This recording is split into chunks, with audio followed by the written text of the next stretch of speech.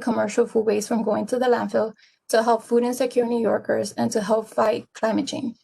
And I'm done. Okay, so thank you, Ms. Rojas. So let me ask a follow-up question, if I may, as it pertains to this. Now, I'm under the impression that at one point, we had an organics program. So, and right now that program has been suspended. So, I guess my question to you is what you're proposing? You talking about food? You're talking about food that the restaurants are using and throwing out, or is that what you're talking about?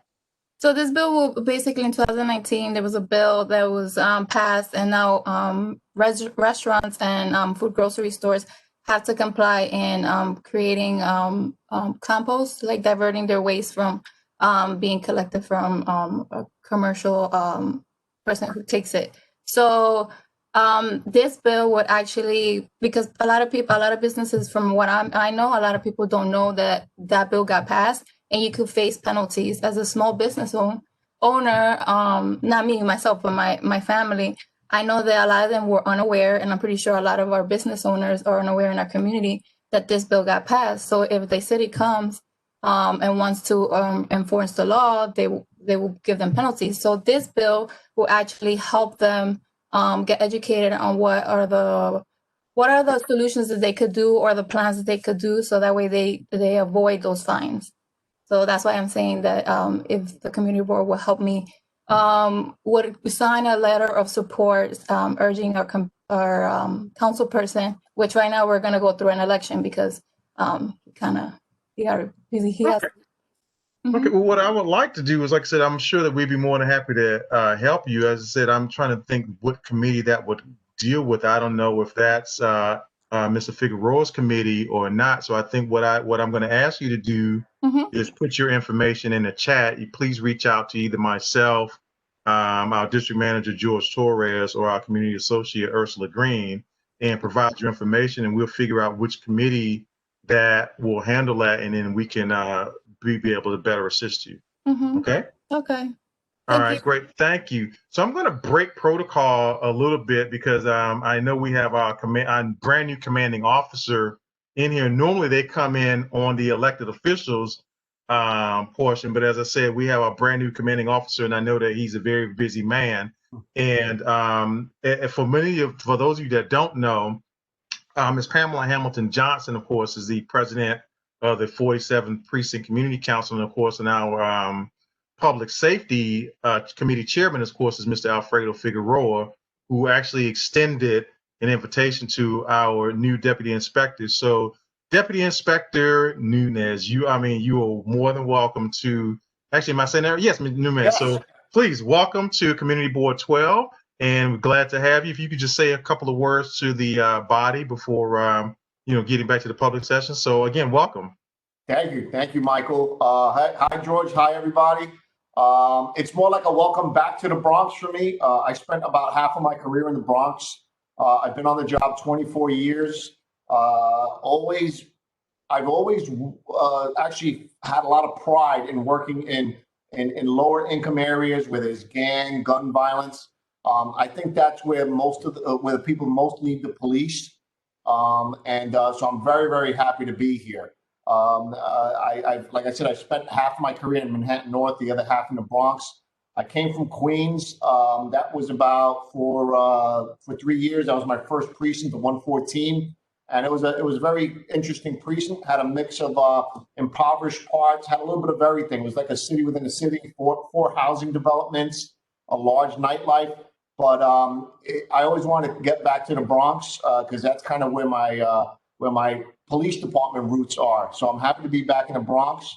I had a very good working relationship with the last community board. Myself and the district manager spoke at least weekly. I met with George a couple of weeks ago. I'm looking forward to working with him. I see we kind of face the same challenges, and that's pretty much it. I'm just very, very happy to be here. With the last community board, most of the things that we actually dealt with were just because of the large nightlife footprint. We had, I think, probably the largest nightlife footprint I almost felt like I was like the club police. Every week I was signing probably half a dozen to 12 dozen state liquor authority reports that we sent to them whenever we have an incident. So I know things are a little bit different here, not so much nightlife, but whatever the issues are, George has my number, and I'm here to help. Well, Inspector Nunez, again, thank you so much. We really appreciate you coming to our meeting, as I said, because for those people that do not attend Mrs. Johnson's meeting, the fact that they are able to see you and to be able to put a name with a face. And so what I would like to ask, do you have some contact information that you could put in a chat for the residents who do not attend Mrs. Johnson's meeting, the 47th Precinct Council meetings? And that way, if they can reach you in the chat, if you can put your information in the chat, that would be fantastic. Or if you want to give it out, I mean, again, we are being televised, so I don't know if you want to provide your email address or anything like that. I wouldn't do that only because then everybody's going to circumvent my police officers, and my phone will never stop ringing. So okay. if you have an issue that you want brought to my attention, you could go through George. And I only do that because what happens is sometimes people, they'll go right to me instead of giving my cops, my sergeants, my lieutenants a chance to fix the problem. So okay. But if it's anything that if for some reason your complaint has fallen through the cracks, I definitely want to hear about it. And please have George reach out to me. Okay. Now, what I'm also going to do is, as I said, so Mr. Figueroa, who's the one who extended the invitation to you, is also our public safety committee chairperson. So between himself, myself, and our district manager, Mr. Torres, we'll be more than happy to, work with you. So, again, I'd be happy to share my information with you and the other gentleman. I'm just a little wary of putting that out.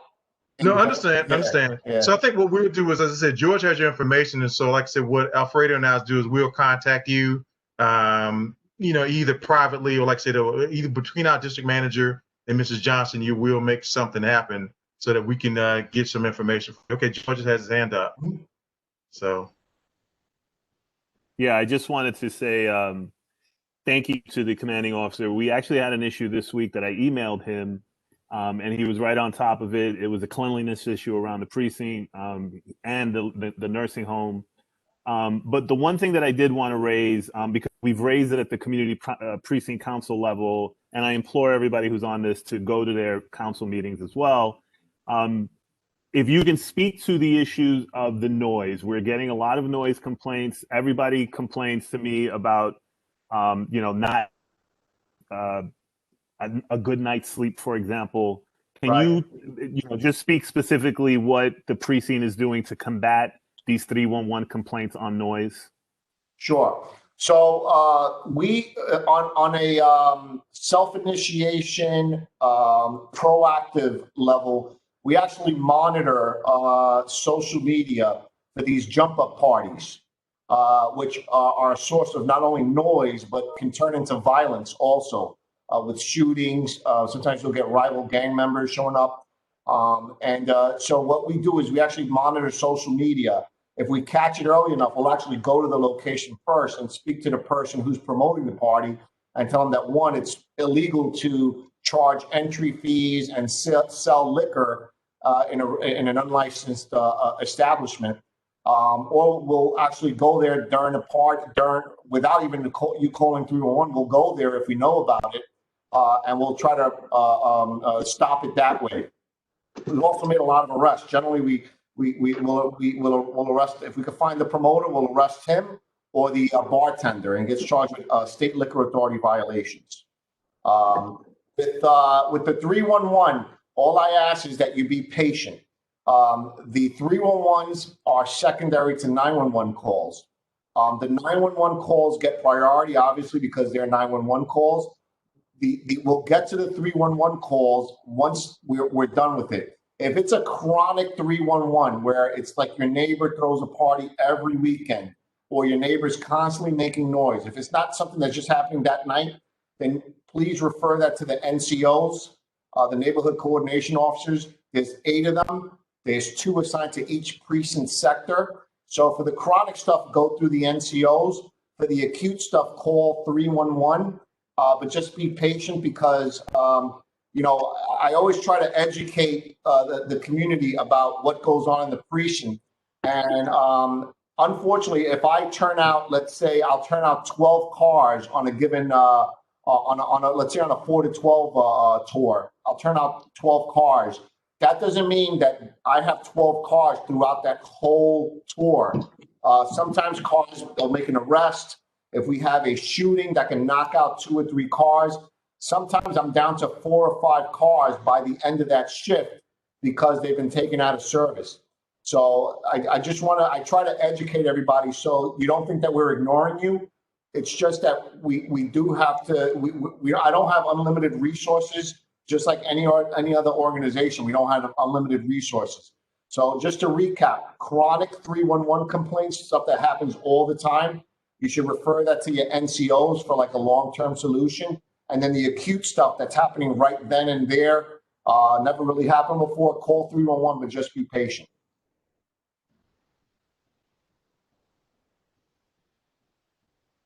Okay, so Thank you. Deputy Inspector Nunez, again, thank you so much. I mean, that was a very thorough explanation. And so what we're going to ask, so again, there's some things that's going on in the chat. And so I know that you have to leave. So if you can monitor that as much time as you're here, that's great. If not, then what's going to happen is hopefully we'll be able to capture the chat.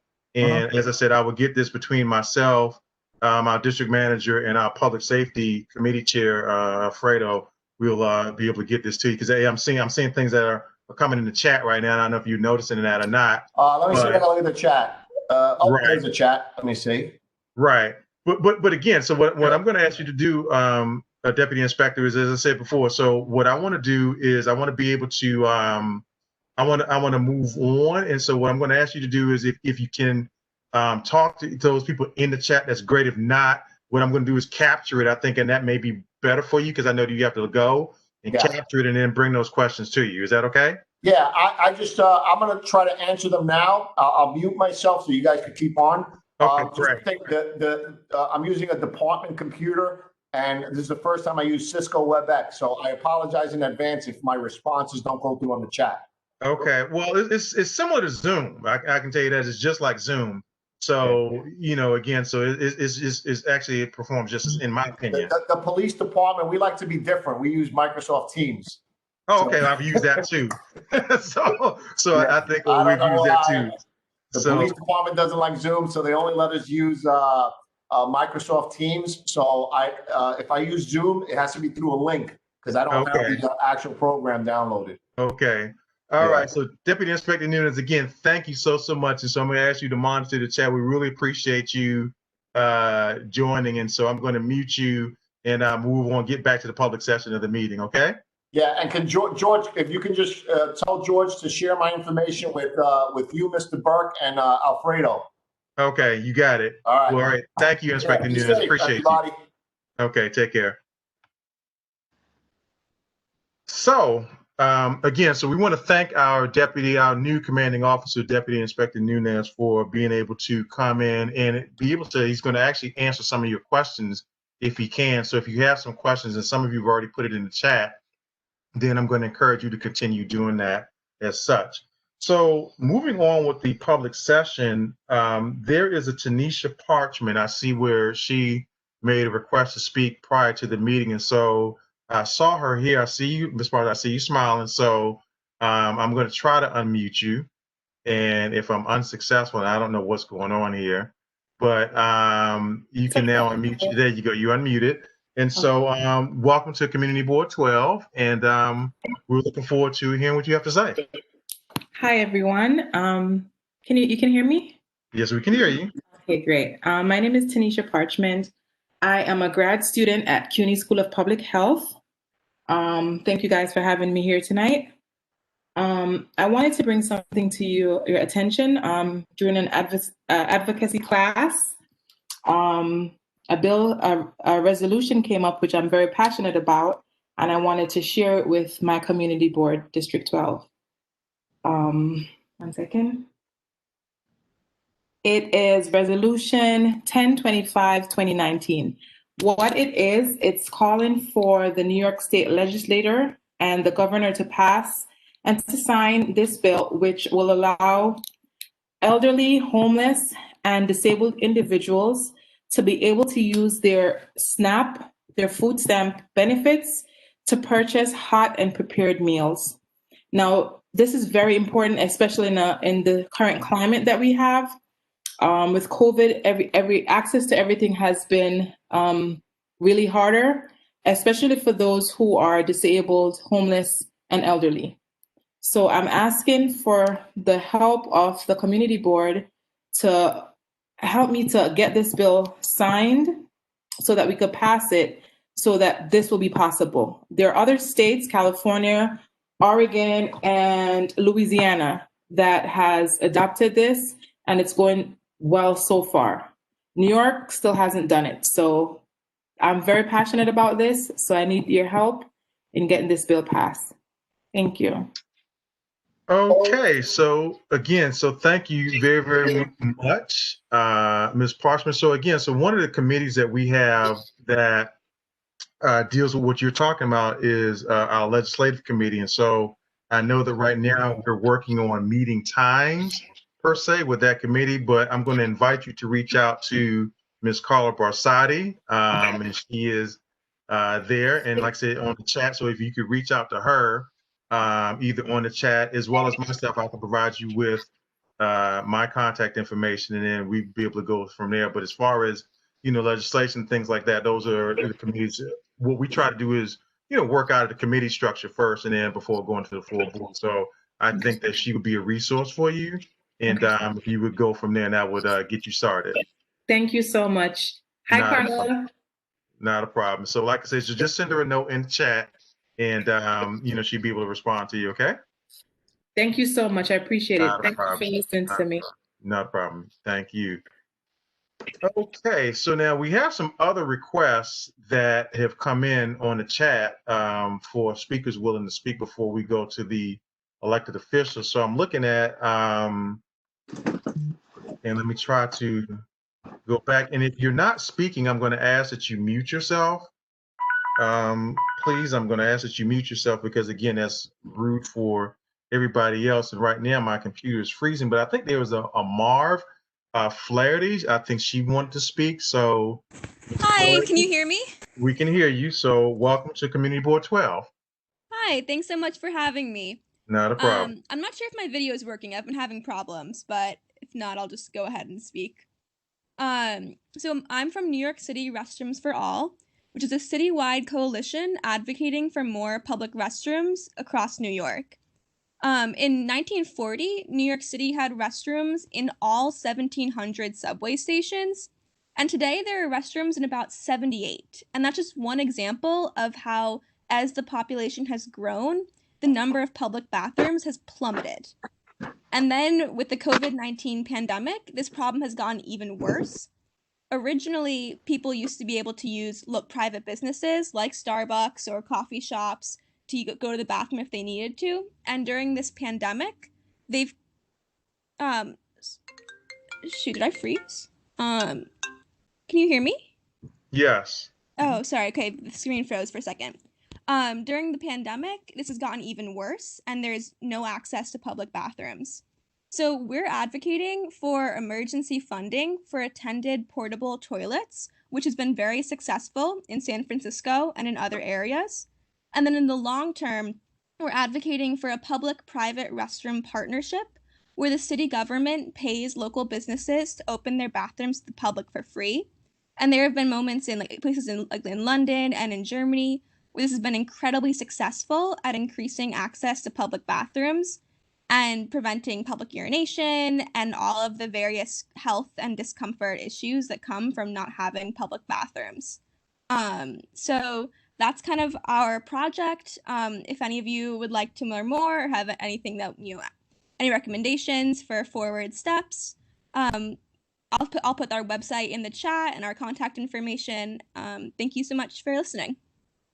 Well, not a problem. Actually, you come up with actually that's a pretty good idea. In that, I think in one of the things we're going to talk about is truancy and also people that are defecating in public, and so that is problematic. And so I'm going to refer you to two committees. I think you'd mentioned that at one point you said there was over 1,700 public restrooms under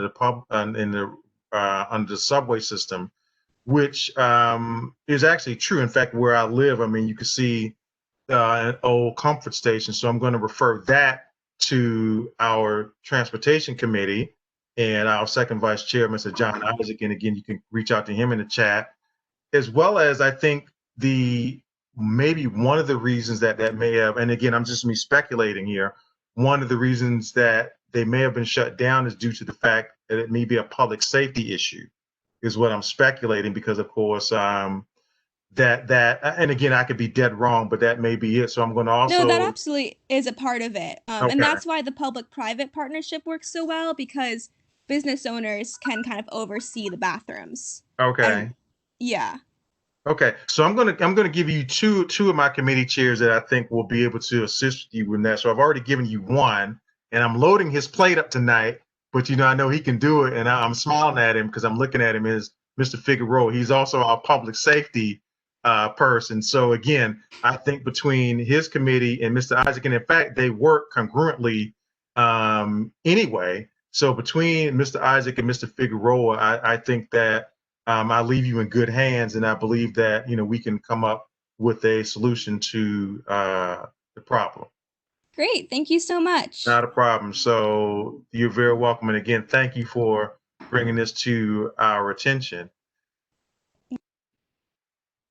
I want to say that I saw one other person wanting to speak, but as I said, right now I've got notes all over the place here, so I'm looking before closing the public session.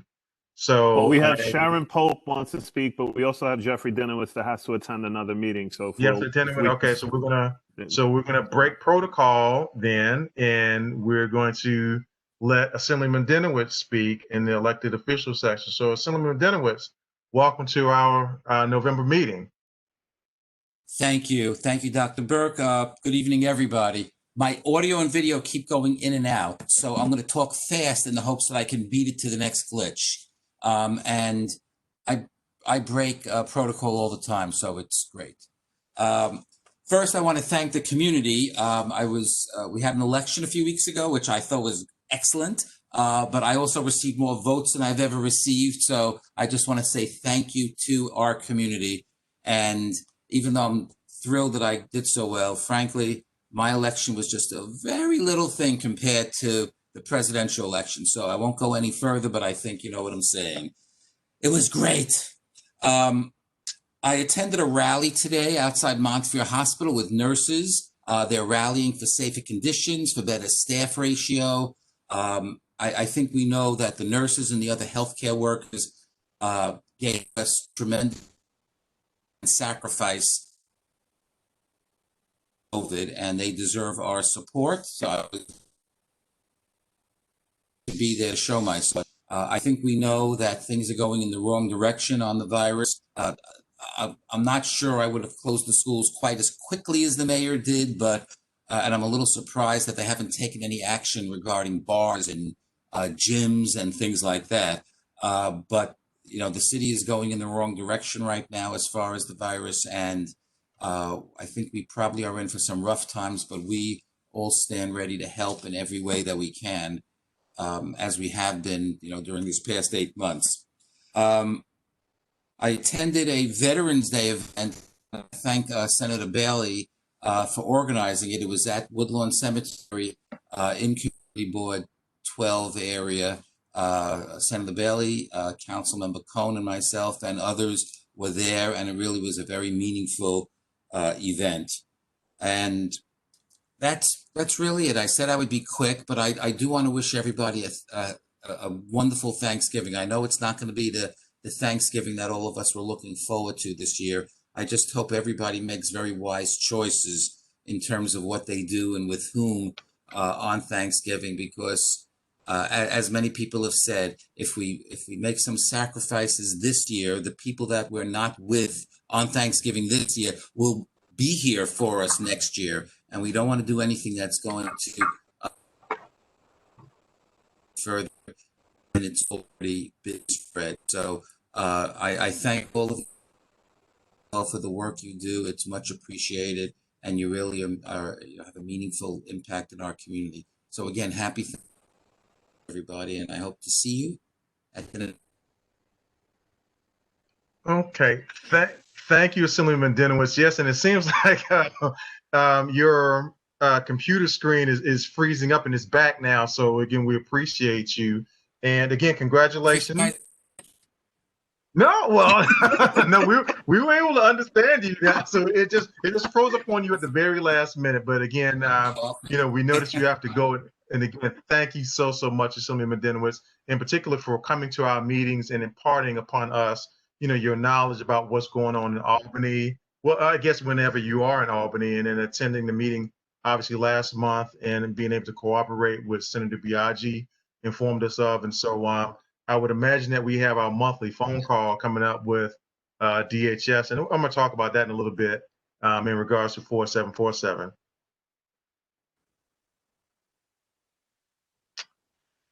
Okay. Well, yeah, the assemblyman is frozen, so we're gonna move forward. So there was I know that Ms. Pope wants to speak, but I think there was somebody before her that brought themselves to my attention. I'm trying to think, not trying to think, but I'm trying to find it. And again, my I don't know what's happening with Optimum and that, but there was someone before Ms. Pope, and I'm trying to find it. So because that person came in first, and right now I think everybody is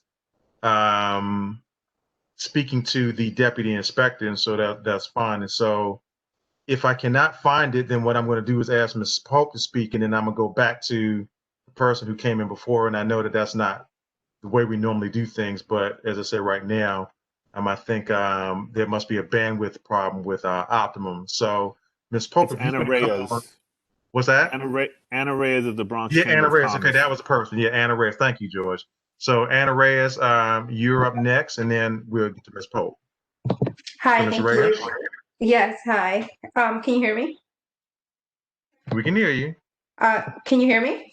Okay, perfect. We can hear you. Okay. Good evening, everyone. My name is Anna. I'm a small business resource specialist at the Bronx Chamber of Commerce, and I want to tell you about a new program that the Chamber has picked up and is very beneficial to our Bronx small business owners. This program is a New York City Small Business Network, resource network. It is a new free citywide initiative that works to bring technical assistance and business recovery support to small businesses around New York City. The project is funded through the Peterson Foundation in collaboration with each borough's Chamber of Commerce. Of course, mine is Bronx. Some of the areas that we can assist businesses include financial, loans and grants, marketing, legal assistance, technology, business strategies, procurement opportunities, and much more. As a small business recovery specialist, I am mainly on the ground, going around to different businesses corridors describing the program. At the office, I do resource referrals to the businesses, as well as doing follow-ups with businesses that we have already been in contact with. We ask that you visit the website, nycsmallbusinessresourcenetwork.org, which I'll include on the chat as well. There's plenty of information about what we can do for you, as well as the intake form that is needed to begin your case with us. If you have any questions, you can reach out to me. I will include all my information on the chat as well. Thank you. Okay, you are very, very welcome, Ms. Reyes. And again, welcome to Community Board 12. And again, thank you for, coming to us and blessing us with your information. So I see Ms. Pope, but then I just realized something too. We also have the Test and Trace Corps that is here. And I want to say, George, I don't know where their number is right now, but I know the Test and Trace Corps is here. And I don't know who's coming in, if it's Mr. Roldan or not, that's coming in from the Test and Trace Corps. It was David Kulabay. David, okay, so he's here. Okay, so Mr. Kulabay, I don't know if he's here. Is he? Yeah, I'm here. You here? Cool. Okay, welcome. Thank you.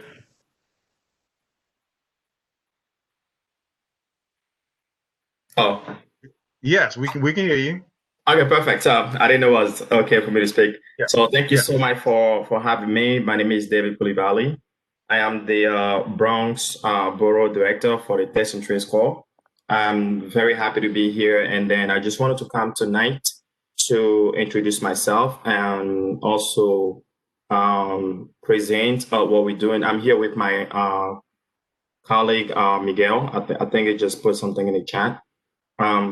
So I wanted to introduce myself and some of the activity that I've been doing here in the Bronx and how we could also collaborate, how we can also partner in order to continue to mitigate the spread of the virus in our community. As you know, it's not really good right now. Things are not going in the right direction.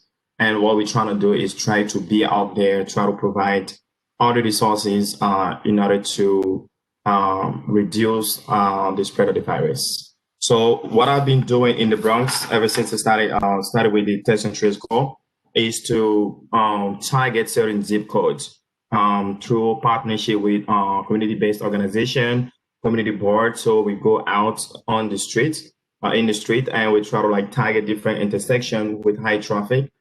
We give enough as many marks as possible to anyone who wants them. And also we do the education about the four core.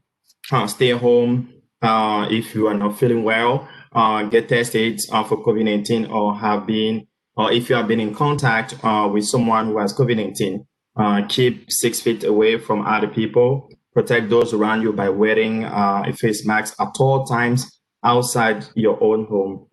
Face covering, as you know, are required in New York State on all public transportation, including car services. And we do encourage folks also to keep washing their hands and to use hand sanitizer. So we are out there, trying to give this information to our community members or to all New Yorkers, because together we could mitigate the spread of the virus in our community. So tonight, I just want to, say if you guys need, if you want to partner with us to do any day of action, as I've done 2 days ago. On Tuesday, we did with Council Member Gibson and Ayala, Council Member Ayala, and Assembly Member Joyner. So we are out there trying to get as many people as possible to for day of action. Today, we're in Hunts Point. We have almost 30 people out there with us canvassing. We gave out 45,000 masks across different zip codes. So this is part of our strategy to really get the virus under control, and also we drive traffic to different testing sites. So let us know. I'm going to continue to update you on different on a weekly testing site so that we could get as many people to get tested as possible. Thank you very much. Well, thank you so much. Again, we really appreciate it, because again, one of the things that I'm going to do in my report is obviously, you met with the leadership of our community board with myself, the district manager, and our health and human services chair on Tuesday. And so I'm going to report out some of the numbers that your team gave us during our report. Thank you.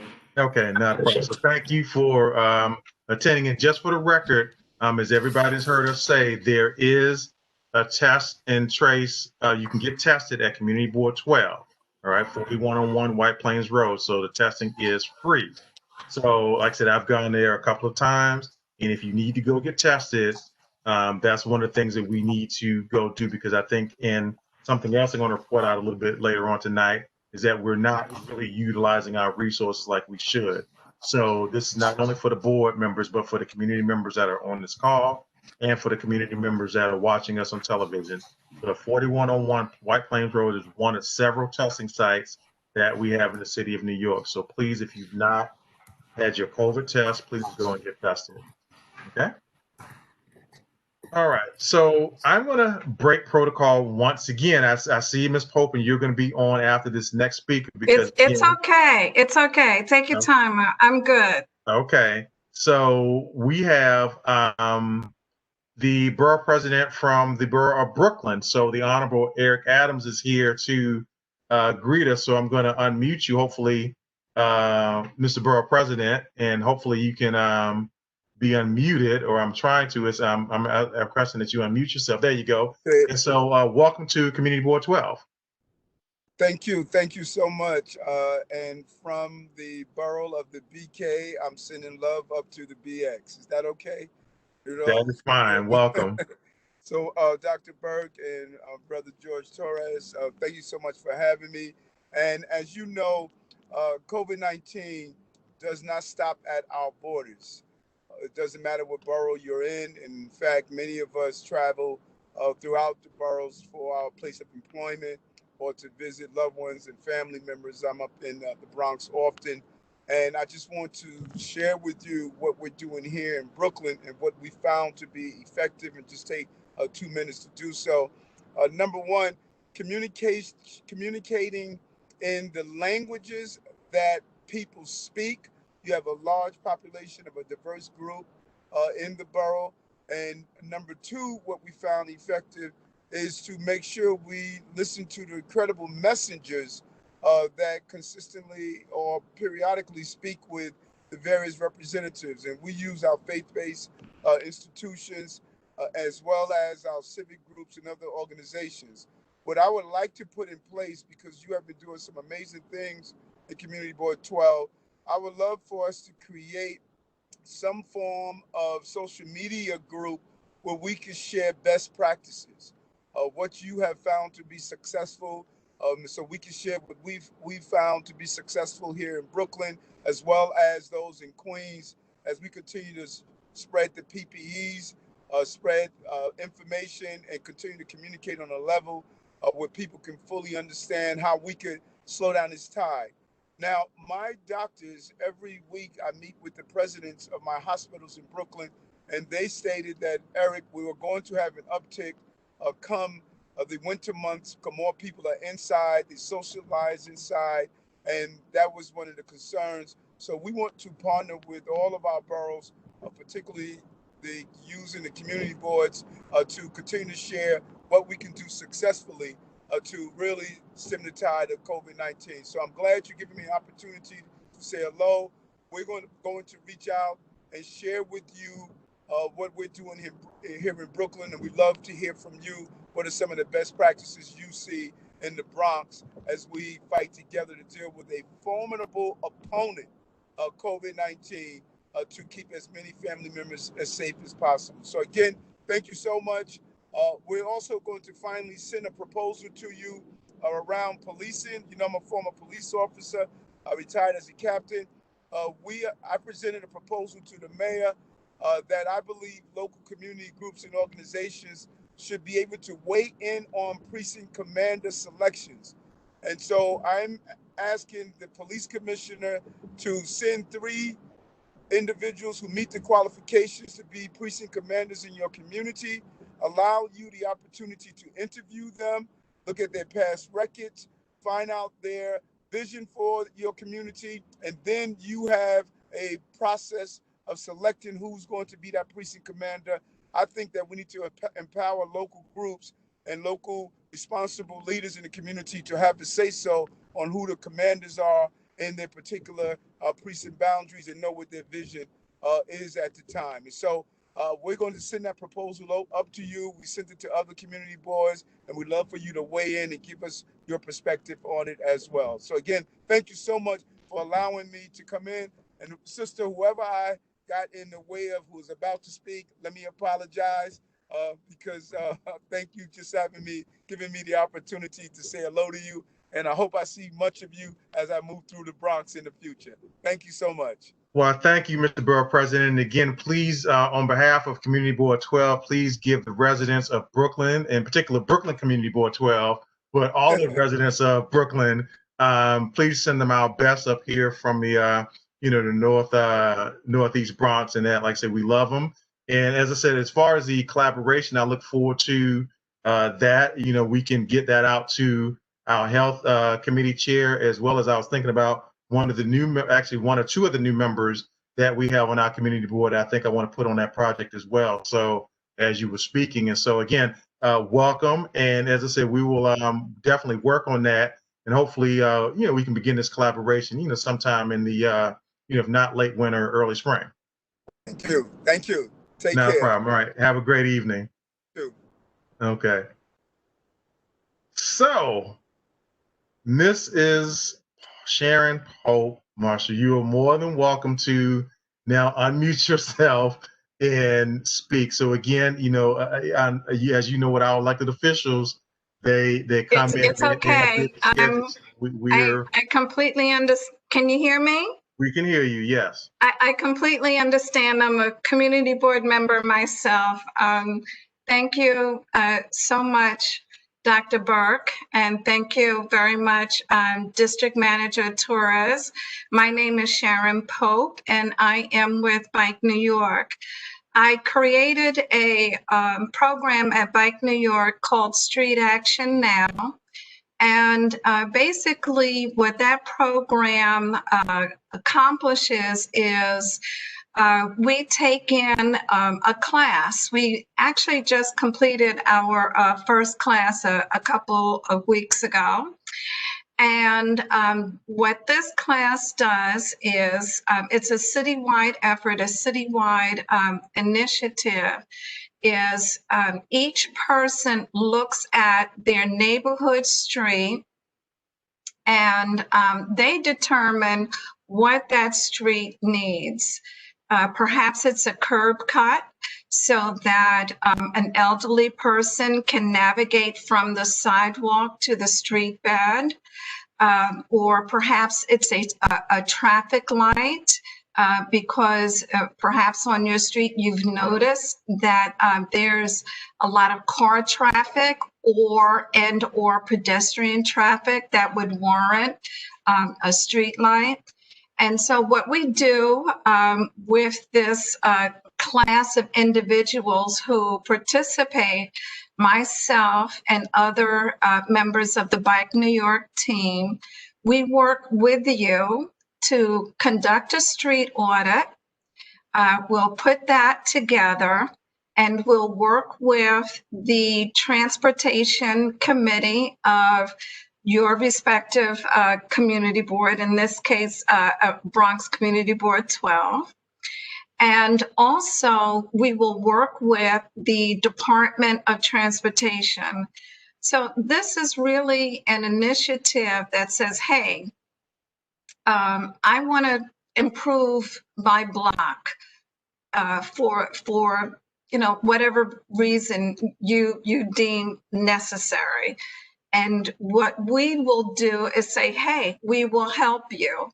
And we'll help you in a classroom type format to develop a template to work with the community board's transportation committee, and then to submit that information to the Department of Transportation of the City of New York.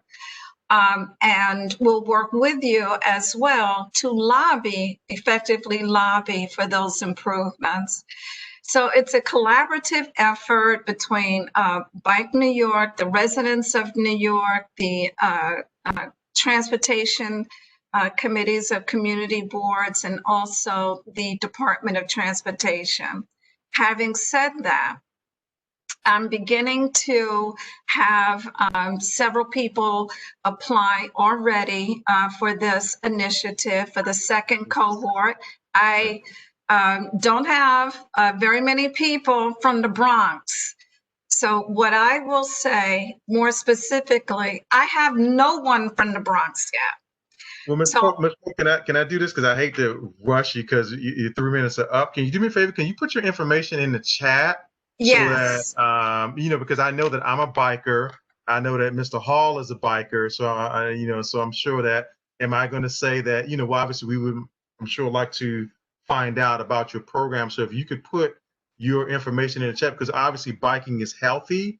And in particular, especially since it's about to get cold, I remember as a kid riding my bike and I actually lost more weight because, of course, you're burning more energy in the winter months than you are in the summer months. And so to that end, if you would put your information in the chat, your website, your contact information, we would be indebted to you. And in that way, I would rest assured I'd probably bring on my friend Clinton Mike and some others, and maybe we can, ride our bikes to, and Alfredo too, and ride our bikes. And so we just want to say, so thank you very, very much. Thank you. I appreciate it. Not a problem. You got Thank it. you. Again, thank you for coming to Community Board 12. So are there any more requests? I don't see any more requests for the public session. So I'm going to ask that we bring this part of our meeting to a close. And so if I can get a motion from a member of the board that we close our public session if there are no other speakers. I would like to make a motion that we close the public session. Okay, so motion has been made by Mr. John Isaac that we close the public session. Is there a second? Second, Robert Hall. And it's been seconded by Mr. Robert Hall. So are there any further unreadiness or any further public speakers? Okay, so without a roll call vote, I'm going to call for the question. And I'm going to ask that you raise your hands. All those who are in favor of ending the public session signify by raising your hand, saying aye. All opposed have the same right. Aye. Okay. Aye. Motion passes. Aye. Okay, we got everybody. So motion passes. So we are now moving on to the business session. So again, thank you to all of our public speakers for the information that you brought forward to us. So now we're at the elected officials report, but I only see really 2 elected officials that are still here. I see Julie Danielowski from Councilman Cohen's office, and I see Victor Martinez from the Comptroller's office. So I'm going to ask Mr. Martinez to come in first and bring greetings from Comptroller Scott Stringer. And then I'm going to ask Ms. Danielowski to speak and then see if there are any other elected officials. Hello. Hey. Hello. Hear me? How are you? Good. How's everyone? I hope everyone's doing well. We are fantastic. Great. So hi everyone, my name is Victor Martinez. I'm the Bronx Borough Liaison for New York City Comptroller Scott Stringer. The announcement that I have for today is that our office has partnered with a Better Balance to conduct a survey about how New Yorkers' relationship between work and family has been affected during the pandemic. I'm going to include the link here on the chat, and we're asking different organizations and people in the community to please share this survey and to please respond to the survey. That will be really helpful. We did a similar survey like this one like 3 years ago, and it was pretty good in some way, and this is going to be really helpful as well to look at policy recommendations that we shall present to the city in any way. If you have any question about the survey, let me know. Lastly, the other announcement is that I believe yesterday the news came out that something that I mentioned a couple of months ago, that we started an investigation related to the COVID response of the city, especially the period of when all of this started, mostly in the period of March. And the thing is that the city hasn't been able to provide us any document for the investigation. So we went to the court and we basically, our office sued the city to provide those documents. We're waiting what's going to happen with that. I will keep you updated in any way. Okay, so thank you so much, Victor. We really appreciate you coming in and speaking to us on behalf of the comptroller. So I also see Andy Lobb here from Senator Biaggi's office. And so I see you too, Ivan, Mr. Ned, so I'm gonna get to you as well. But Mr. Lobb, you're bringing us greetings from Senator Biaggi, so welcome. Certainly am. Well, thank you so much, Dr. Burke, and our great district manager, George Torres. It's great to be back in CB12. I believe Inspector Nunez left, but I did want to say that Senator Biaggi had a very productive meeting with him about 2 weeks ago and addressing public safety issues in our community, and we're going to look forward to continuing that dialogue. I'm also very happy that David and Miguel are on the line from the tracers and testing team. Good to see you, Miguel. We've been working with their colleagues as well as with the mayor's office on COVID testing sites and getting more. There are several areas throughout our district in the Bronx that have not had enough testing sites, and there have been long lines reported at city MDs and urgent care. So we are working together with them to get some mobile sites as well as there's also, they have something called Testing Tuesday, where they bring in their paid canvassing team, to help with testing for a day. So if you guys are experiencing any trouble or want more testing, we're happy to work with you on that. We are, as always, your partners. We're working with the Department of Transportation, continuing on the drag racing issue and trying to get some more speed cameras up in areas of concern, as well as just our regular cases, especially with the Department of Education and with schools having now just closed. There have been reports accurately that students are receiving at the rate they should be the iPads and devices. There is supposed to be a major shipment to the Bronx of 20,000 tablets on Monday. So we are working with the Bronx Superintendent's Office on that and facilitating to make sure that every student receives the tablet that they need for remote learning. So I'm available. I'll put my contact information in the chat. We're here for you. We're working remotely. I do come into the office occasionally as well, but whatever it is, I'm happy to work with you guys on it. And thank you for your continued leadership in this community. Well, not a problem. Thank you, Mr. Lawful. First of all, again, welcome again. I know this is your second month with us, but again, welcome to Community Board 12. And we hope that you have a fantastic relationship with us, as I said, the district manager and the entire team here that we have at CB12. So again, you would put your information in the chat. We do get information from Senator Biaggi, and we were glad that she was here to greet us herself last month. And so we want to thank her for that. So if you could pass on those well wishes, we would deeply appreciate it. Absolutely. Thank you. Okay, great. So I also see where Miguel Roldan is here, and let me mute everybody because I see some people in the background that are being a little bit noisy. So to that end, I'm going to ask Mr. Roldan. Mr. Roldan is here from Mayor de Blasio's office. So welcome, good sir, and welcome to Community Board 12. Hello.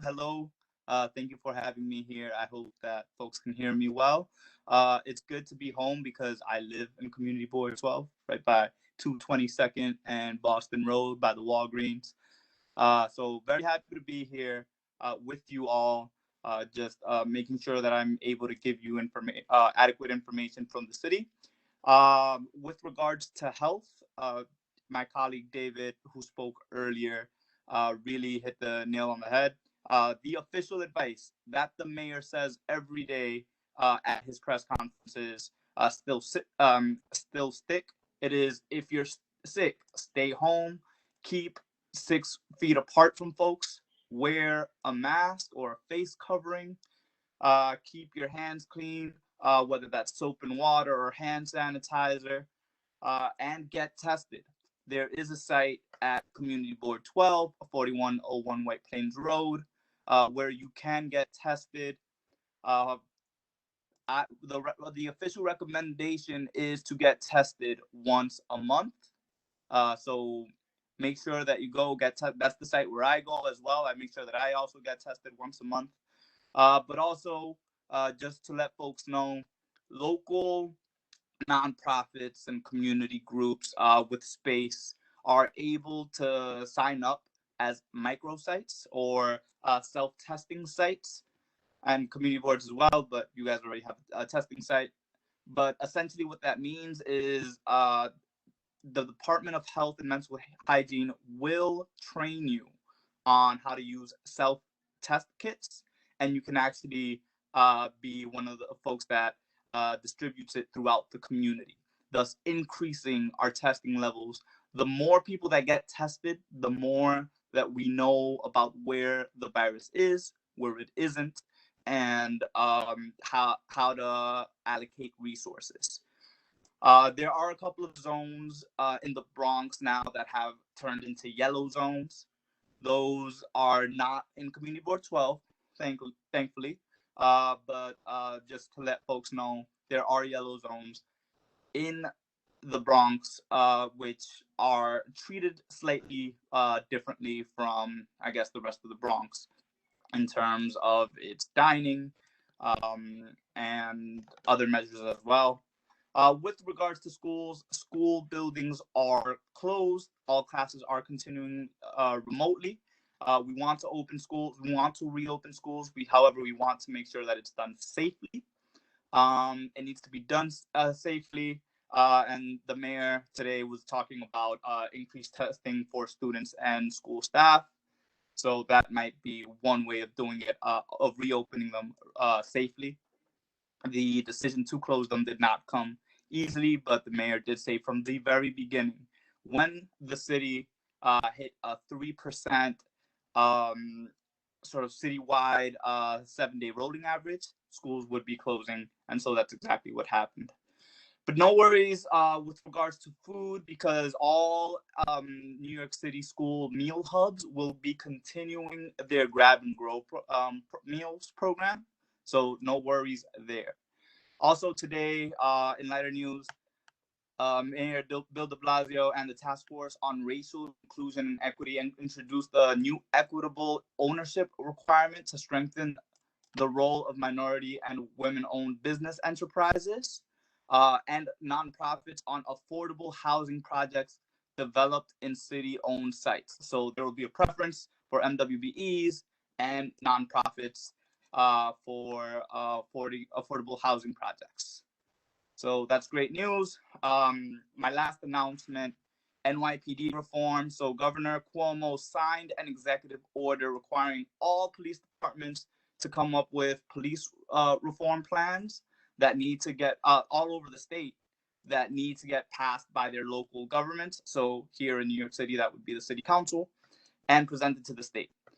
So NYPD is having these conversations with regards to reform within the NYPD and their local conversations, hyper-local conversations. There was already a panel in the Bronx, but if you want to be a part of the ongoing reform conversation, especially if you've had any negative encounters and you feel like your voice can contribute to bridge the gap between community and police, feel free to let me know. I'll put my contact information in the chat box. Thank you. Okay, so thank you very, very much, Mr. Rondon. And again, we're glad that you're using the resources that we have here in CB12. Being that you're a resident, obviously, you know, you're home. So welcome home. And again, thank you for bringing us that information from the mayor. Okay. So we have Ivan Nez. So even though the assemblyman came to greet us, Mr. Nez is here from the assemblyman's office, and he may have some supplementary information from the assemblyman's office. So Mr. Nez, welcome. Oh, hi. Thank you, Dr. Burke. I had actually just mentioned in the chat that we were still here. Thank you again for letting the assemblyman speak. However, he had another meeting that he had to jump onto. However, I'm always here and, you know, listening in on any updates or any concerns that the community might have. I placed it in the chat before about our office's information and the hours that we're working. However, I'll place it in here again because I forgot to mention that our office is still working 9 to 5, Monday through Thursday. However, the office is actually open for notaries and drop-offs 10 a.m. to 3 p.m. Monday through Thursday. But we're still working the regular hours, and we're all just sort of working remotely. It's also interesting that Miguel mentioned that they were doing the self-testing. Our office is also looking into doing some self-testing within the community and partnering with other groups to start facilitating for that. But yeah, like I said, thank you again for having us, and I'll be here for the rest of the meeting. Not a problem. Thank you, Mr. Nez. And again, well, I don't need to welcome you because you've been here quite a bit. But again, the attention that the Assemblyman gives us is quite extensive. And so again, we want to thank you very, very much for doing an excellent job in representing him. Oh, always, thank you. Not a problem. So from Councilman Cohen's office is Miss Julie Danielowski, and I know that I saw her here earlier, and I'm hoping that she's still here. Hello, how are you, Dr. Burke? Yeah, you're here, Ms. Danielowski. Welcome to Community Board 12 this month. Thank you so much. So I just have a couple quick announcements, not to reiterate what everyone else said, but our office as well can help you find COVID testing. And as well, the biggest issue I think that we're currently addressing right now is drag racing. So those are the things that we can help you when you reach out to our office. And then we have an event coming up this upcoming week, and it's going to be with Senator Bailey and Assemblywoman Fernandez, and it's a turkey giveaway. It's going to be on Monday, November 23rd, and it's going to be from 3:30 to 5:30. I can put the information in the chat as well, and it's going to be at Lexa Bar and Garden on 357 East 204th Street. And that's for, of course, Thanksgiving coming up on Thursday, and we're going to have that while supplies last, so everyone can still celebrate the holiday, even with the pandemic going on. And as well, I can put my email in the chat. If anyone has any issues or concerns, they can reach out to me and I can help them. Okay, so thank you, Ms. Danielowski. And again, yes, please do put your information in the chat so that either board members or constituents can reach out to you. And in fact, sometimes that information actually pops up on the TV screen throughout the constituencies in the Bronx, which we serve. So we would deeply appreciate that. So thank you again. Ms. Erica Diaz from District Attorney Darcel Clark's office is here. Ms. Diaz, welcome. Everyone, thank you for having me. I'll be attending the meetings on behalf of our office and Bronx District Attorney Darcel Clark. She sends her regards. I'll be providing my contact information in the chat. For anyone who has any questions or concerns, feel free to shoot them via email or to give me a call. Also, if there are any concerns regarding any sort of benefits or any resources that our office can be in assistance of, please let us know as well. Thank you. Not a problem. So thank you so much, Ms. Diaz. We do appreciate you coming in. So I do believe, with the exception of Ms. Alexis Ruiz, who will be coming up next to represent the Bronx Borough President, that we have cleared the deck of all of our elected officials. So I'm hoping that I have not missed any. Is anyone here from Speaker Hasey's office or Senator Bailey's office? Okay.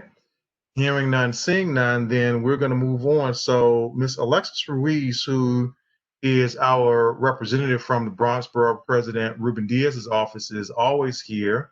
And I thought that I saw her earlier, and so I'm sure she's here. So Alexis, if you are here, this is your time. Welcome.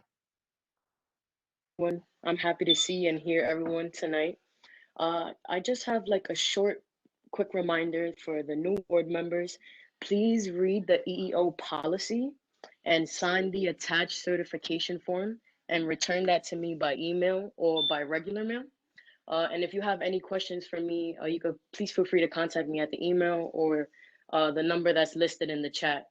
Thank you for the time as always, and happy Thanksgiving to everyone. No problem. Happy Thanksgiving to you, Alexis, and please send our best wishes on to the borough president and Tom McKinney and the team for all of the work that you guys do for us. So we are moving along in the agenda, and so now we're at item number 4, which I forgot to put the agenda up, by the way, but for those of you that have it, it's now time for me to do my report. So what I'm going to now do is share that with you.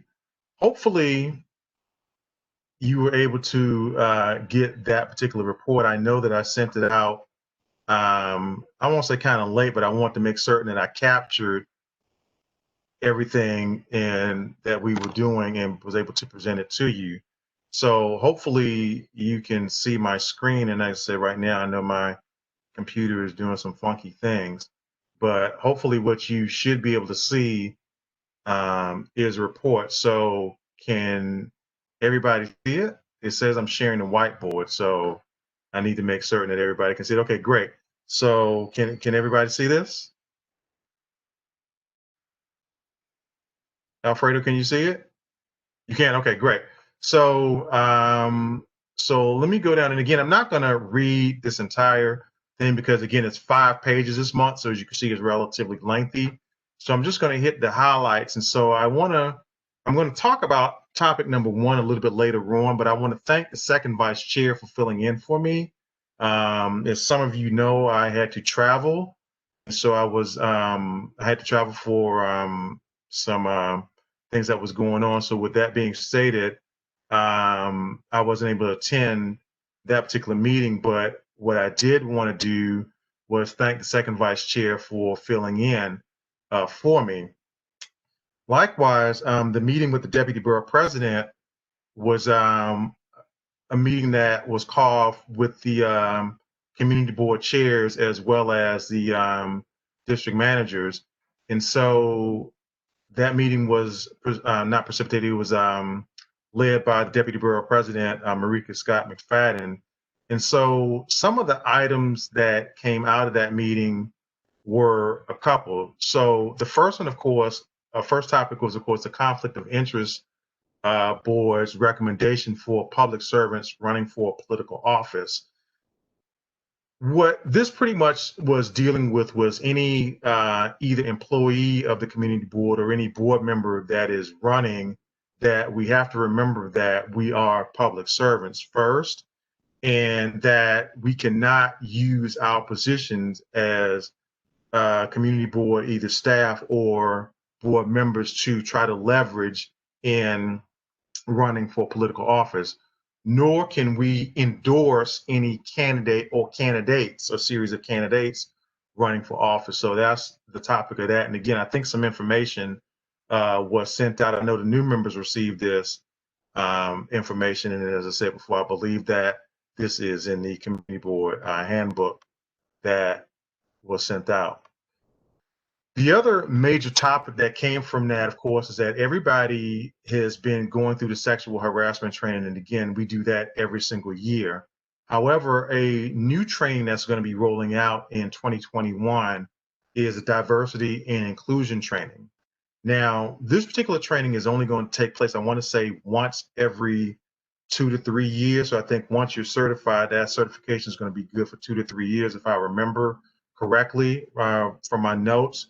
But either way, so unlike the sexual harassment training, which we have to take every year, the diversity and inclusion training will be either biannually or triannually.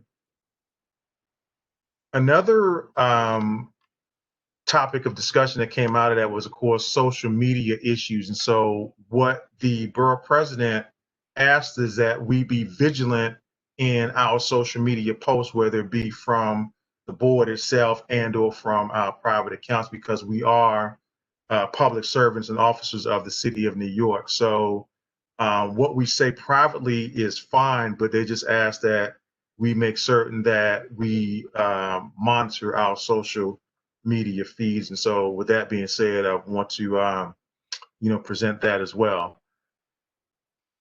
As you've heard from our elected officials and some of our initial speakers, we're still going to be conducting virtual meetings because right now, I won't say there's not going to be an end to the pandemic, because I do believe that this pandemic will be ending. However, truth be told, they're not looking at any sort of return to normalcy until third or fourth quarter of next year. So at least for the foreseeable future, we will be conducting our meetings virtually. And that's not just us as a community board, but also city council as well as state government as well. E is we're undergoing an audit, and I'm going to talk about that a little bit later on in my during the meeting, and so I'm not going to talk about that right now. And so obviously, so we did the housing committee, and so I also want to talk about this ever so briefly. So the deputy borough president also presided over a meeting of community board chairmen and district managers, along with all of the new members of all the community boards in the Bronx. And so I'm proud to say that all of our community board, our new members were there present and accounted for. And they met with several speakers. And so they met with the borough president himself. He gave warm greetings to all of the new board members, and he told them about the seriousness of the office in which they're undertaking, mainly the fact that, you know, they needed to be present to the meetings, but more importantly, he looked forward to their contributions. And so the main topics that were the presenters talked about were three major topics. The first was land use, which of course we have some land use issues that we're going to discuss this evening. Basically the budget basics, in other words, how to review a budget, a city budget, and last but not least, conflict of interest. And so those presentations were sent out to the new members. And again, a lot of that information that they also have was also reinforced in our Community Board 12 handbook. I'm also proud to say that some seasoned members attended the new member meeting as well, because they wanted to, again, reinforce the training that they had or they were looking for refresher courses as well. And so I just want to thank those seasoned members who attended as well. I'm going to talk about this part. I'm going to talk about this a little bit later on, but you know, I'm so proud of our district manager for arranging this meeting for me. So this meeting took place on Tuesday, where, you know, I had a meeting with the departments of city planning and housing preservation and development. And so there were quite a few topics that came up for discussion. And so one of the things that came out of that, of course, was that these are the major topics that came up. So the future of housing development in our district and community board. What are the long-term effects of zoning in Community Board 12 from 2007 up until the present day? So in other words, the proposals, and again, I did not even know that we had zoning that took place in 2007, but in fact we did. So this community board voted for zoning not only in 2011, which is what we're familiar with, but also in 2007. And so I'm actually reviewing that right now. But what were the long-term effects? So I think one of the action items that came out of that meeting was what were some of the long-term effects that, in other words, how were some of the decisions that were made, how were they affecting? In other words, is it doing what it said it was going to do? So here's what was proposed. Is it actually doing that, or has it been deleterious to our community? I think the other outcome that came out of that was, of course, is that the Department of City Planning, as well as the Department of Housing Preservation and Development, do want to meet with our community boards. And again, I'm going to talk about that a little bit later on in some detail, so I'm not going to spend a lot of time on that right now. So again, with the bylaws committee meeting, they did an excellent job, and we're going to be voting on those issues tonight.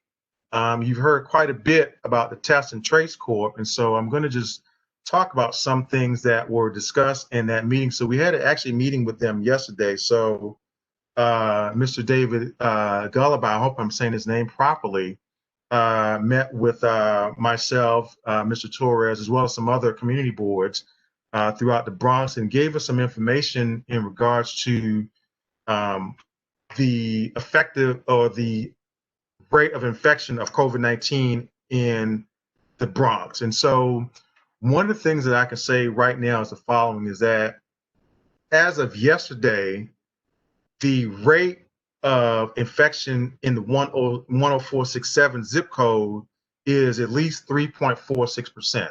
And that is one of the higher numbers in the Bronx. However, it's not the highest. So the highest is actually coming from the Southwest Bronx. So over there by where Ostos Community College is, where the highest rate of infection is. But I want to say that 104.67 is probably about the third highest on the spreadsheet that they had displayed to us, where of course the New York State infection rate overall is 2.45% as of last week. So again, the one thing that also came out of that is that if you are looking for a job, is that the Test and Trace Corps, as of yesterday, has put in a proposal to begin searching for additional contact tracers in the coming days. So more information can be found at the website that I have illustrated in this particular report. So again, if you are looking to be a contact tracer, then they will be looking for people to hire in the coming days.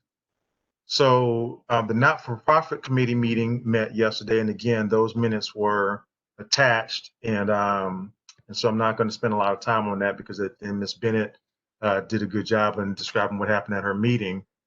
And so last but not least, today, myself and our district manager, George Torres, attended the joint borough board and Bronx Borough Service Cabinet meeting. And so there were several presenters. Actually, there were only 3 presenters, but the main presenters they talked about, we had a presentation from the Department of Environmental Protection in which they discussed new rules on unified stormwater, the new rules surrounding that, and the streams that's coming from the main streams are, of course, the waste stream and, of course, the water runoff. And so hopefully they'll be making their presentation available so that I can put it in the Google Drive for community board members. We also had a presentation from the Department of City Planning, which we actually have to vote on this tonight as an emergency vote. So I did a brief Mr. Stricker on this. And so again, I'm not going to talk about this right now because we're going to vote on it a little bit later on. And last but not least, we heard from Dr. Nancy Kleck, who presented information from the Office of the Borough President. She's the Director of Health and Human Services from the Office of the Borough President, and she mentioned the rates of infection in the Bronx as well as the rates of infection throughout New York City as a whole. And so just going through the list right now, since this pandemic began, the Bronx has had a positivity test rate of, I want to say 5.1%. And again, I'm going through my notes here to make certain that I'm reading this properly. So that rate was 5.1%. Whereas, yes, and the lowest, of course, positivity rate is in Manhattan, which is at 2.3%. So as of, and again, that's 5.1% overall. So that's since March to present day. What she did say was that New York City was below 3% until last week. And what she also said, which is extremely important, was that the access to testing has increased exponentially, especially here in the Bronx. However, the problem is, of course, is that we being the residents of the Bronx, we're not taking advantage of this testing. So that has been problematic. And so what is happening is, of course, is that we can obviously better mitigate this virus if we, of course, all use our testing and utilize our testing.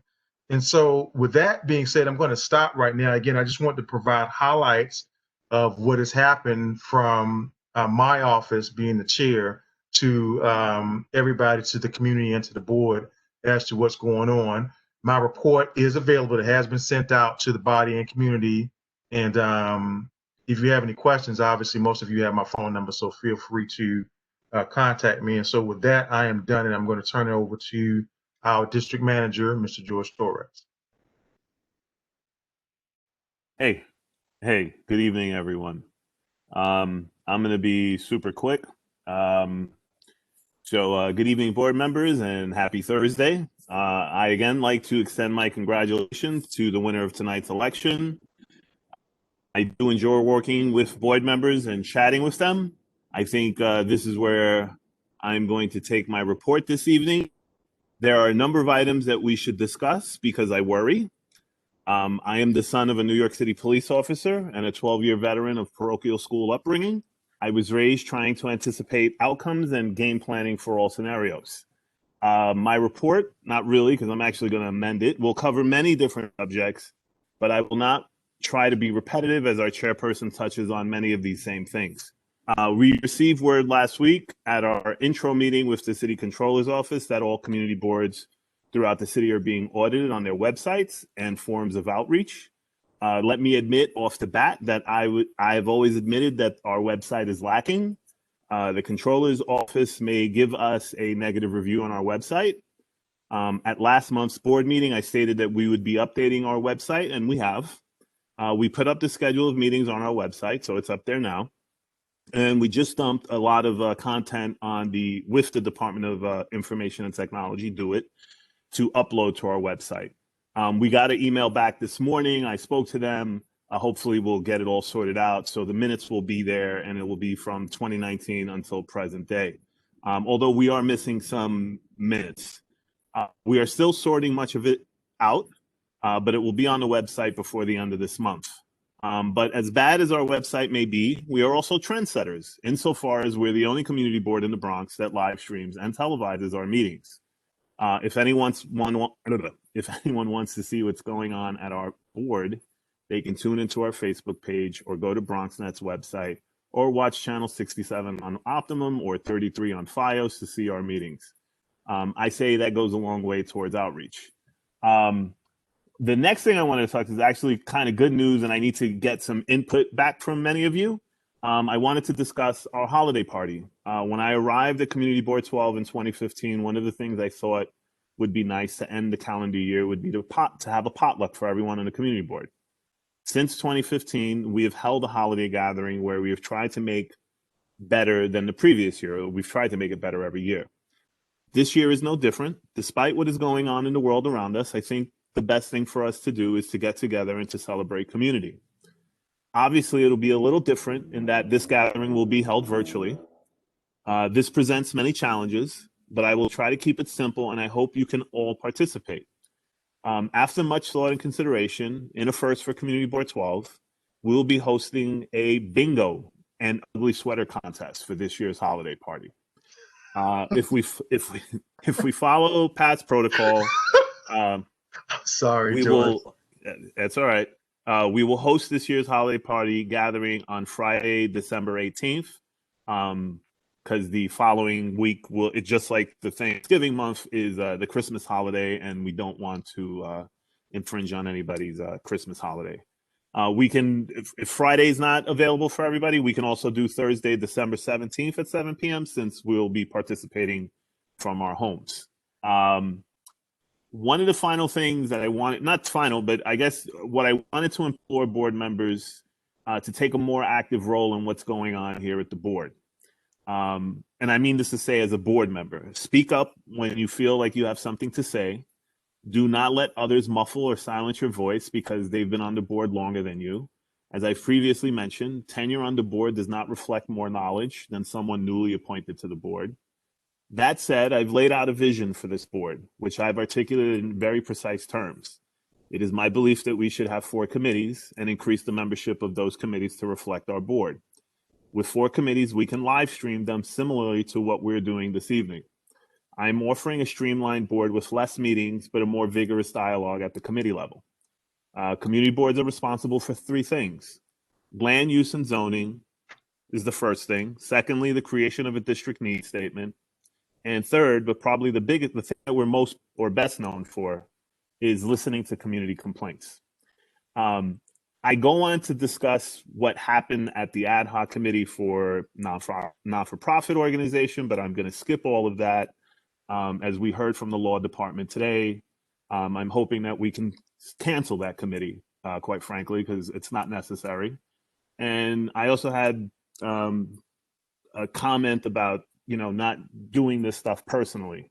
I want people to understand, I said what I said in the beginning of this meeting because I've always been guided by a sense of trying to do the right thing. And it's not that anybody's trying to do the wrong thing here. It's just people come and get appointed to the board, and it's just like a young person coming to work for government. They want to set the world on fire and they want to do everything. I think we should just focus on what we're supposed to do. We already have a mandate. Let's do that. We don't need to create a not-for-profit organization to do other things. We just need to do what we're supposed to do. And as we've seen from the committee work, having 5 people on the committee is not necessarily the best thing, because a lot of stuff is lost in translation. The bylaws committee was not a successful meeting. That meeting lasted for 2.5 hours because a lot of people weighed in, and that's exactly what's supposed to happen. People are supposed to debate things at the committee level, and then if it gets voted out of the committee, which we did not do, it then goes to the community board for a vote. So again, I think what we're doing this evening, where we're bringing items for a vote without having it first voted out of committee, but I'm not here to, I don't want to find, and I've said this to Ursula one time, and I say this to you guys as well. I don't want to find myself at odds with the community board.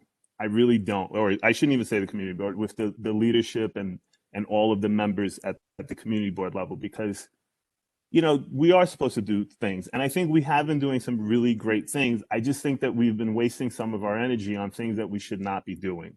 And I understand that, like, my vision is not the be all and end all, but quite frankly, nobody else has articulated a vision for this board other than me. I'm very precise in what I want to see. And there's a reason for that, because it's 8:36 and you're now hearing from me. We want to streamline this meeting. This meeting should be over in the next 20 minutes. There's no reason any board meeting should last longer than an hour and a half, than 90 minutes. But our board meetings continuously last a very long time. I get complaints constantly on my iPhone from board members. And that's why I'm imploring you to speak. I am a city employee. I am not a voting member of this community board.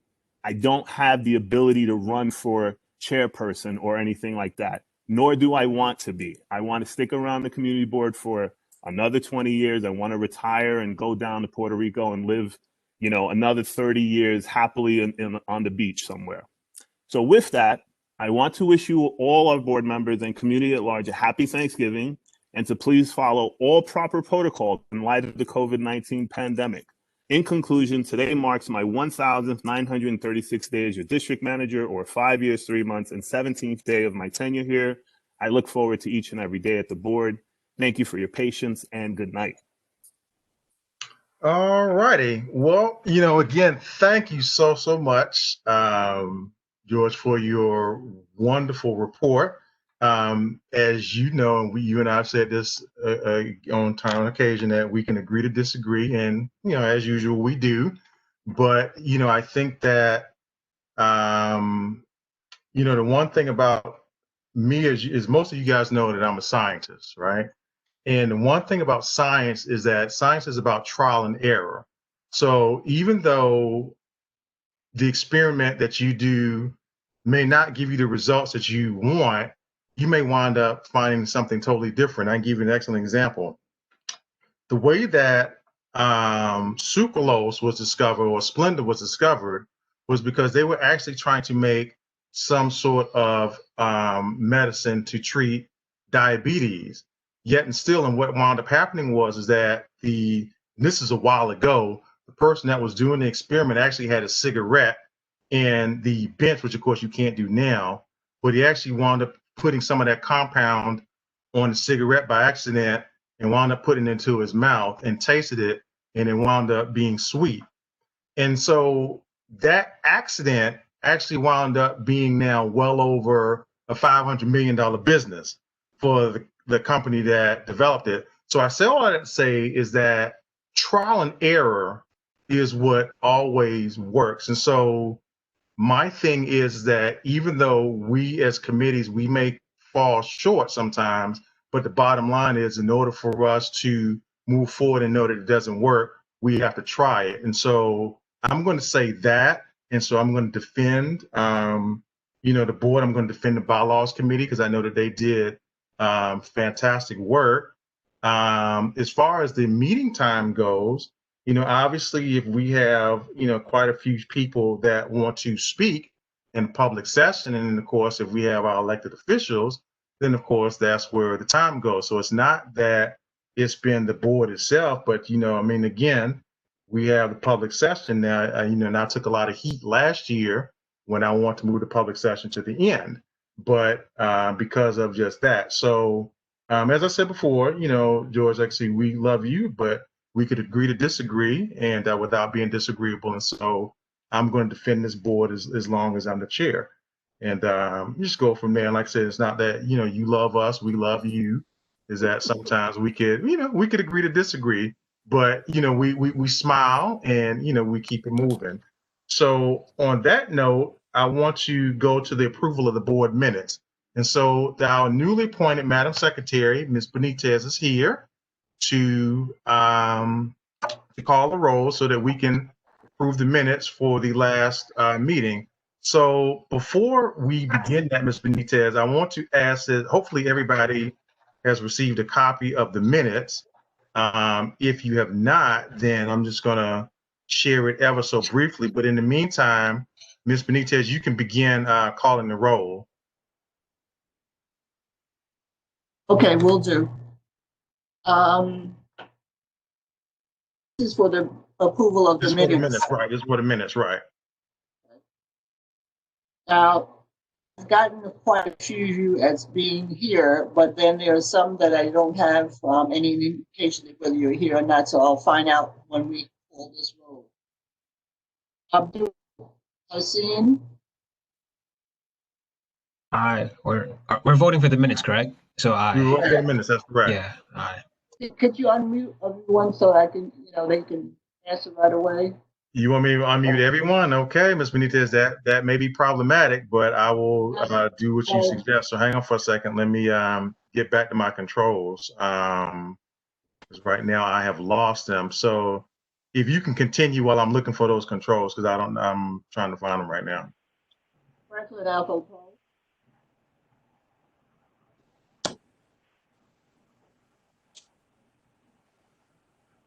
You can unmute yourself too. Yeah, you can unmute yourself too. You're right. So let me. You do that too. I'm going to ask again, Franklin Alapo. He actually was raising his hand. He's on. Okay, hold on for a minute. Let me change my screen, and so maybe that'll help me.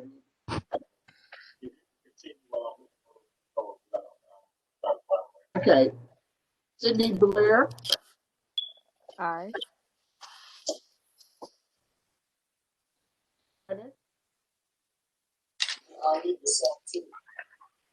Hmm?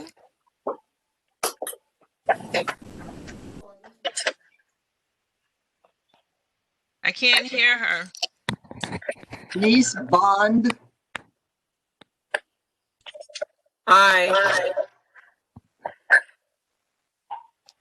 Anthony Ivan Boras. Aye. Paula Basati. Actually, Ms. Benitez, can I stop you for a second? I just realized I did something incorrectly. So I need a motion before we call a roll to accept the minutes. I need a motion to accept the minutes first. So there needs to be a motion to accept the minutes, and then a second, and then we call a roll. Seconded. But no one made the motion. So who made the motion? I made the motion, Ivan Boris. Okay, so Ivan Boris made the motion, seconded by Mr. John Isaac. Okay, so, and now we're calling the roll. So I apologize, board members. Franklin Alapo. Did you say aye? He's here. He's here. Okay. Sorry.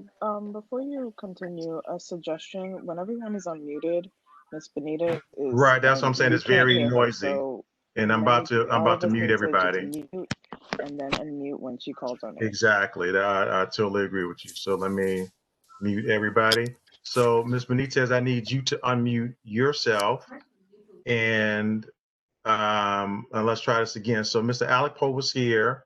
Ivan Boris said he was here. I think he called his name, correct?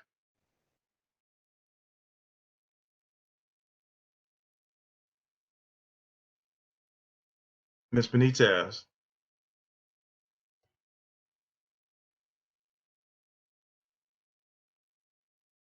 Carla Okay. Brasani. Okay, Ms. Benitez, can you start again? Because you were muted. So you I called said Carla, Davenport. and I called Carla Brasani. Call Carla Borsati. Okay, she's here. It's not that I want to hear. Is she saying aye or nay? Right. Okay. Carla. Aye.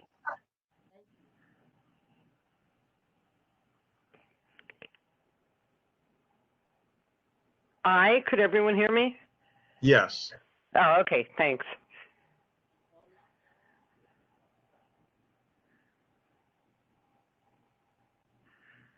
Brown.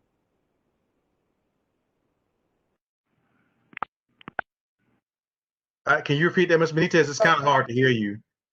Victor Brown. Victor Brown.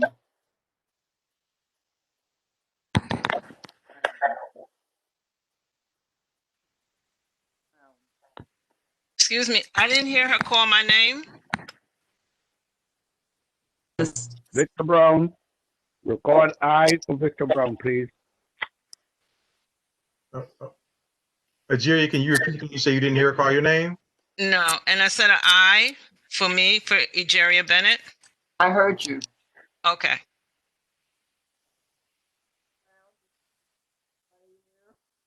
Brown.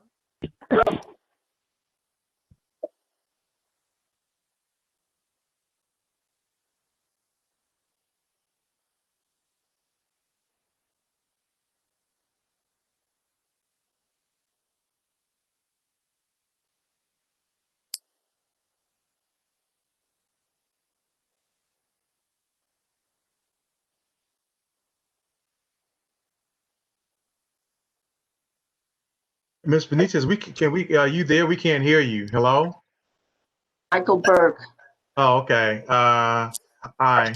Aye. Who's saying aye? Kevin Eichelberger.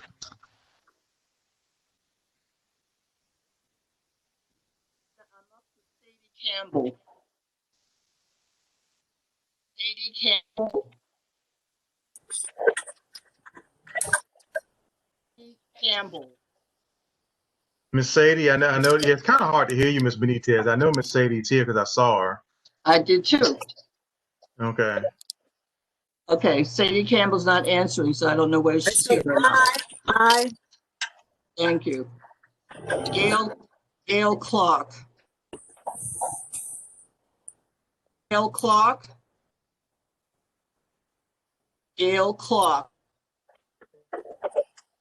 Evelyn Christian. Evelyn Christian. Joan Claude. Aye. Thank you. Beatrice Coronel. Aye. Thank you. Robert Cumberbatch. Robert Cumberbatch. Is Robert Cumberbatch here? Torleen Dickerson. Good evening. Aye. Thank you. Kevin Eichelberger. Kevin Eichelberger. Aye. Alfredo Figueroa. Aye. Thank you.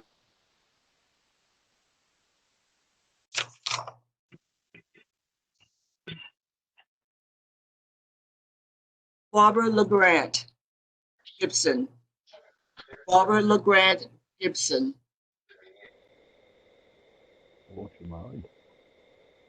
Chantel, Johnny Goff. Johnny Goff. Chantel Green. Chantel Green. Robert Hall.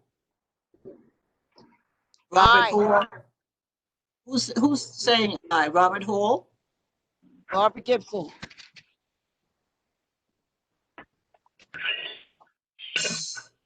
Robert Hall. Robert Hall. I just saw him.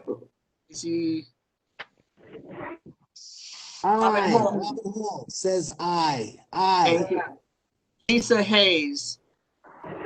I for Barbara Gibson. Lisa Hayes.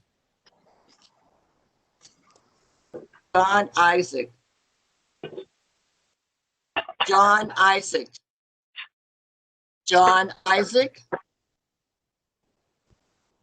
Okay. James Theodore James. Theodore James. Keisha Largo Martin. Keisha Martin. Keisha Martin, aye. Thank you. Alpha Lost. Is Alpha Lost there? Aye. Thank you. Paulenzano. Paulenzano. Paulenzano.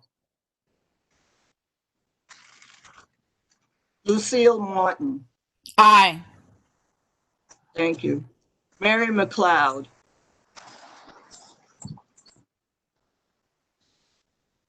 Shaniqua Moore. Shaniqua Moore.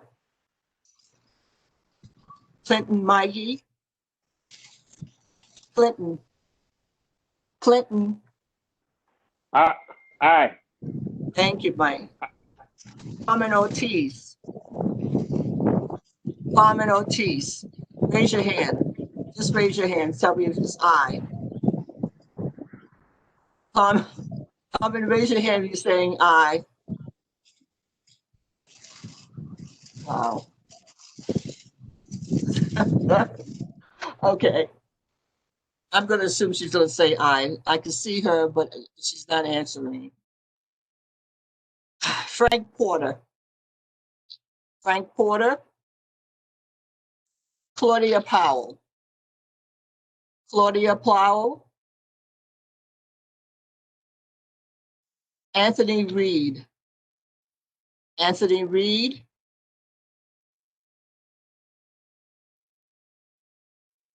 Dr. Dina Robbins. Abstain. Thank you.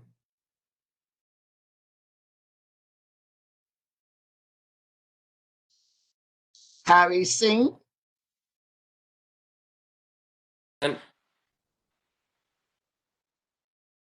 Yay or nay? Harry? Aye. Yay. Thank you.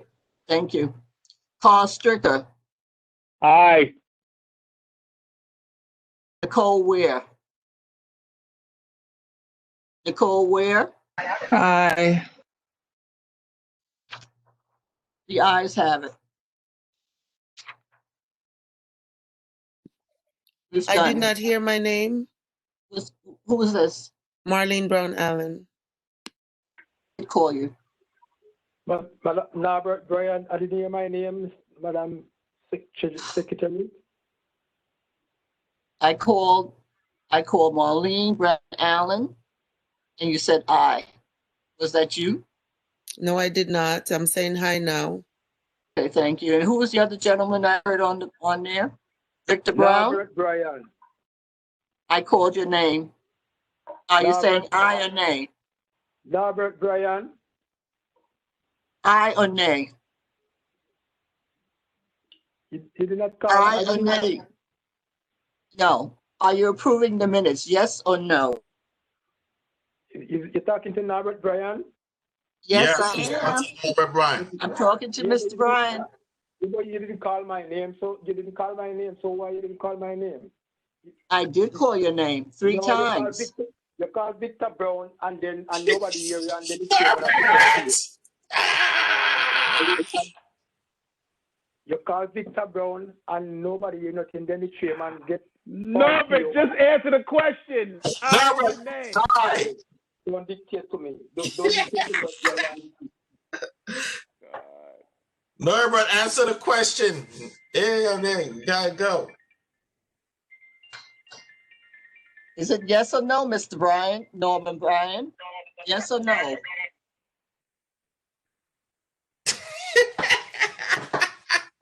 God bless us. Uh, Okay, Dr. Burke, I can say hopefully safely that we do have a majority of ayes approving the minutes. Oh my God.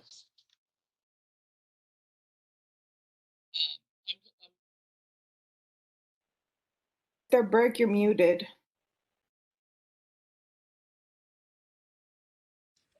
Dr. Burke, you're muted. Thank you. Okay, you're right. Okay, thank you so much. All right, so I muted myself. So we're going to actually now turn this over to our treasurer. I see what she's on the phone, but it's time for her to give her report. So, Ms. Dickerson, you are up. Yes, sir. Good evening. This financial report is going to be the quickest thing that y'all have ever seen. Thank you. First of all, thank you for your votes of confidence unanimously. First of all, what else? We have $1,004.56 in our account. I am trying to figure out with Ursula and Dr. Burke and Mr. Torres about how we are going to do Sunshine Fund this year, being that you can't just, I can't just attack you in the office and ask you and beg you for $20. So what we're trying to see if we can do it through Zoom or have you drop it off or send it in, or we're trying to figure that one out. But I will make sure I put that information out. If you want to find out, a few people were curious about the position of treasurer, what exactly it is that I'm supposed to be doing. It is in the handbook under Article 5, Section 10, which is page 8 in our community board handbook. And I love you all madly. Thank you. Okay, so thank you so much, Ms. Dickerson. We do appreciate it, your report. So now we're going to go on to the election of Community Board 12 officers. So we're going to hopefully have a resolution to the office of First Vice Chair.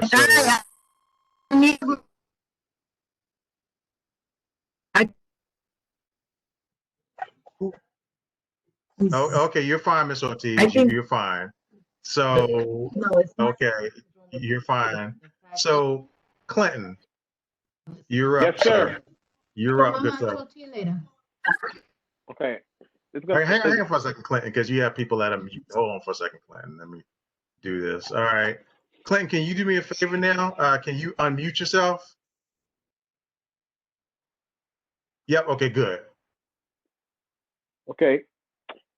Good evening, all. First off, I would like to apologize to Mr. Carl Stricker because I realized yesterday that his name starts with a K and not with a C. And when I made the ballot, I put a C, and I want to apologize to that gentleman for misspelling his name. That's number one. Okay? Accession, apologize accepted. Thank you. Thank you very much. And I really do apologize because I don't like I don't like to do stuff like that. But I apologize. Anyway, thank you. Number two, to vote, you have to be on the call tonight. And I see some names that I heard some names called that did not answer up. So I'm going to have to retabulate and take out the votes of persons who are not on the call right now. Does everybody understand what I'm saying?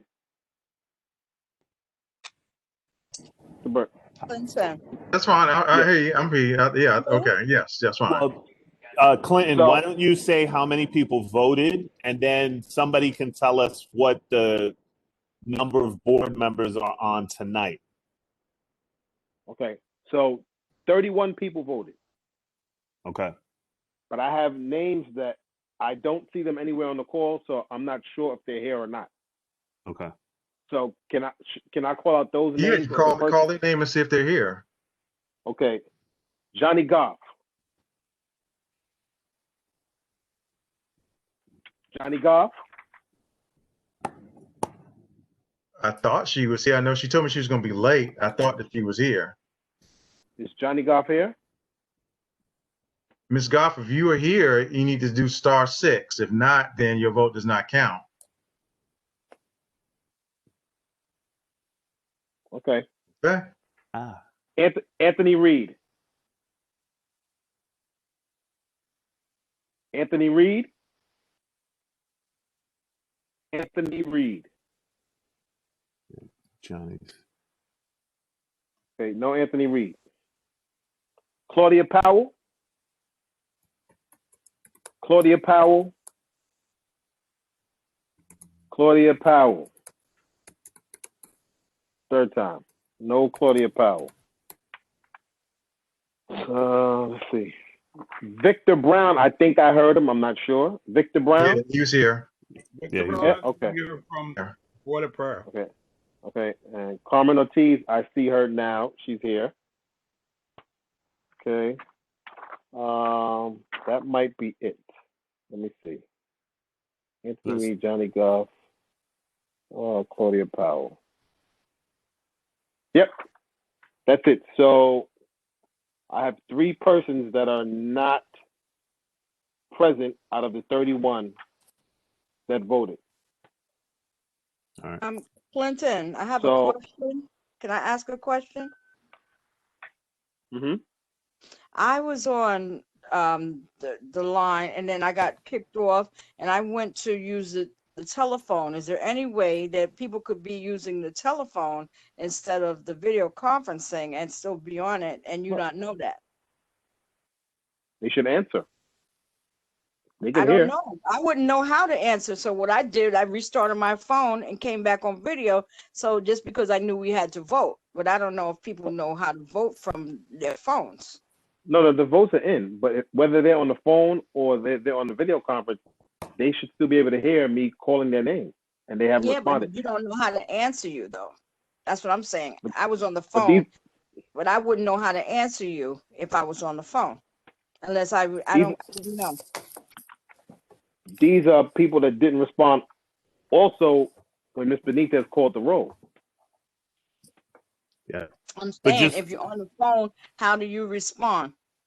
If you're not on the video, how do you respond? So if you're on the phone, so familiar with Dr. Roberts, if you're on the phone, Yes. and not on the video, what you do is you hit *6, right? So Right. you hit *6, and that's what Mr. Bryan did, and that's what Mr. Stricker does, right? So there are certain people that do not have the video conferencing capabilities, and I mean, I just found this out, truth be told, fairly recently. So you hit *6, so that's what you do.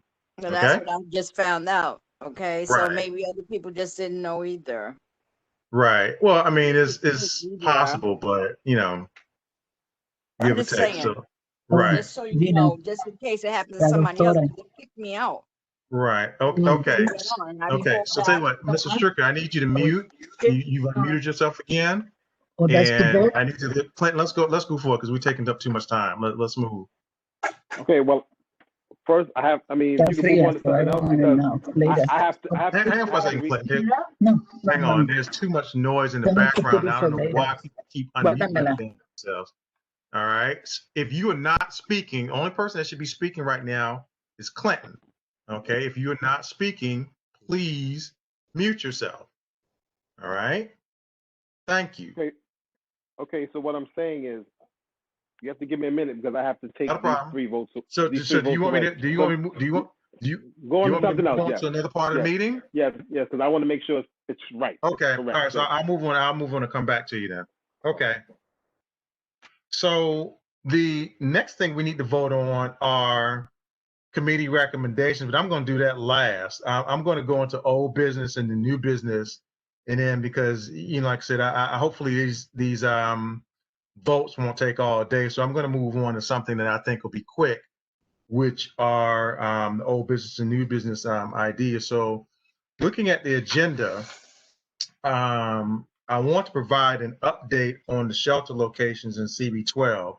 So if you looked at my report, and again, I thank the second vice chair for attending that meeting with Deputy Borough Commissioner Drinkwater, nothing has changed. And so the question then becomes, what is the strategy for an effective outcome? So one of the things that we were looking at was a not-for-profit committee, which, based on some information that we received earlier this evening, may not be the way to go. And again, if that's fine, I mean, we were looking at maybe alternative uses for that anyway. And the bottom line is, if that's not the way to go, so be it, fine. Again, that's what I talked about, trial and error, just finding out what works and what doesn't work. So to that end, the question then begins, what do we do to look for an effective outcome? So I had some ideas that were submitted to me from our second vice chair as well as Ms. Borsati. And I guess my thought is the formation of a community board task force to see what our next steps are going to be. So I'm going to ask them right now, since it was their idea, that Mr. Isaac and Ms. Borsati, and we're going to appoint some other members as well, come up with some brainstorming ideas as to what we can do for an effective outcome, because I know that Carla, you sent good ideas. John, you sent good ideas, and I think we need to marry that, whether it be working with community organizations such as the Wakefield Civic League or whatever. That's just some things that I'm thinking about off the top of my head. So I think that I'm going to be reaching out to you two as well as some other. I'm probably going to bring in 2 new members as well, and form a task force with some ideas. Okay, so that's what we've got for that. In regards to our district needs statement, which is the second item of old business, the district needs statement has been completed. Our district manager has submitted that already, so that has been completed and that has been done. As far as an update on the community engagement regarding the select agencies, so if you remember in my report, I had stated that I had met with the Department of City Planning and the Department of Housing Preservation and Development. And again, I thank our district manager for facilitating that meeting. And so let me go to my notes here, because I'm going to read from my notes. So they want to meet with us. And so I think the way that, and I'm going to ask George for a little bit of help, but I think in going to my notes, what was stated was, as far as housing preservation and development is concerned, what they would like to talk about is they would like to talk about the new construction that is going on within our community board district. So in other words, all these developers that are coming in, they want questions that we have as a board and that the community has targeted directly to them. Now, I know some of you have already submitted those questions. New members, you have not, because of course you were not on the board when all of this was taking place. So this meeting we're looking to have probably sometime in the new year. Once we get back, I'm going to probably speculate maybe around January or February. I know George and I will work out the details, but if you have not submitted a question that is housing related for housing preservation and development, then please feel free to submit those questions to either myself or George or Ursula if you've not done that already. So they are going to meet with us, and again, we're trying to figure out how we're structuring that meeting. So that is going to take place sometime in the new year.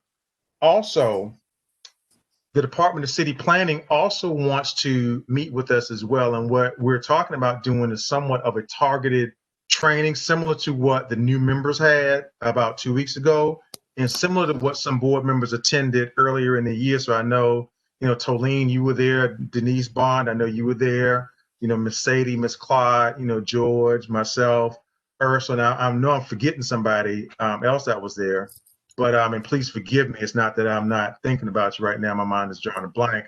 But either way, the Department of City Planning wants to do a training for. Hey, sorry, I missed your call. I didn't see it ringing. They hang on, George, I need to mute you.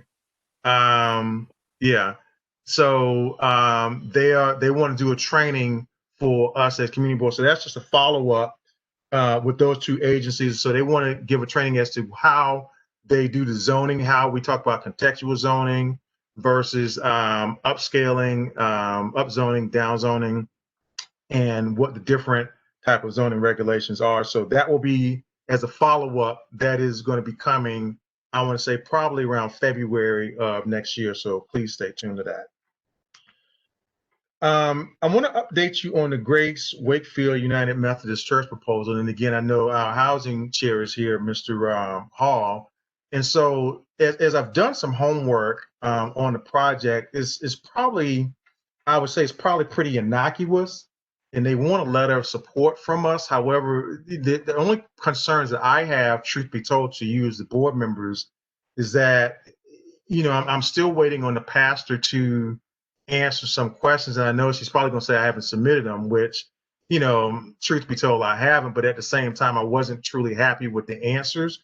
But as I've done some homework on other projects that are similar to what they're proposing in the area, it's probably pretty innocuous.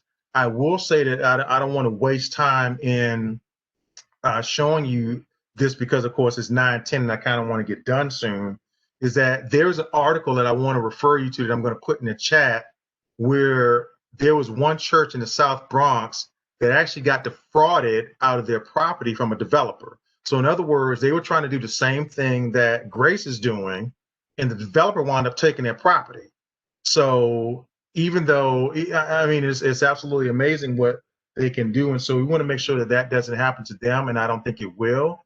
But the bottom line is that I think that's my only hang up.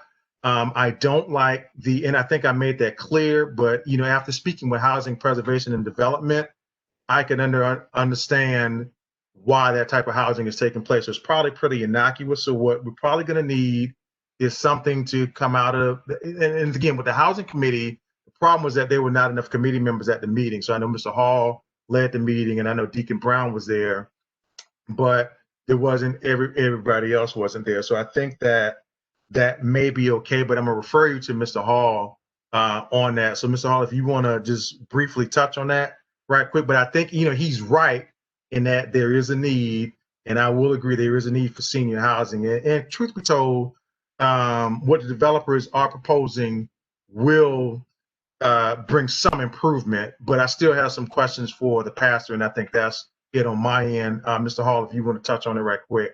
Mr. Hall? There you go. Can you hear me? Yes, we can. Okay. It's very basic. They want to provide 72 units housing for seniors. They'll take veterans. They only have 6 parking spaces. It is projected that there'll only be a very few spaces needed with regards to parking, which is not an issue. They are going to provide 100 jobs for people in the community from a construction standpoint. You actually, to be honest with you, you can't get any better than that.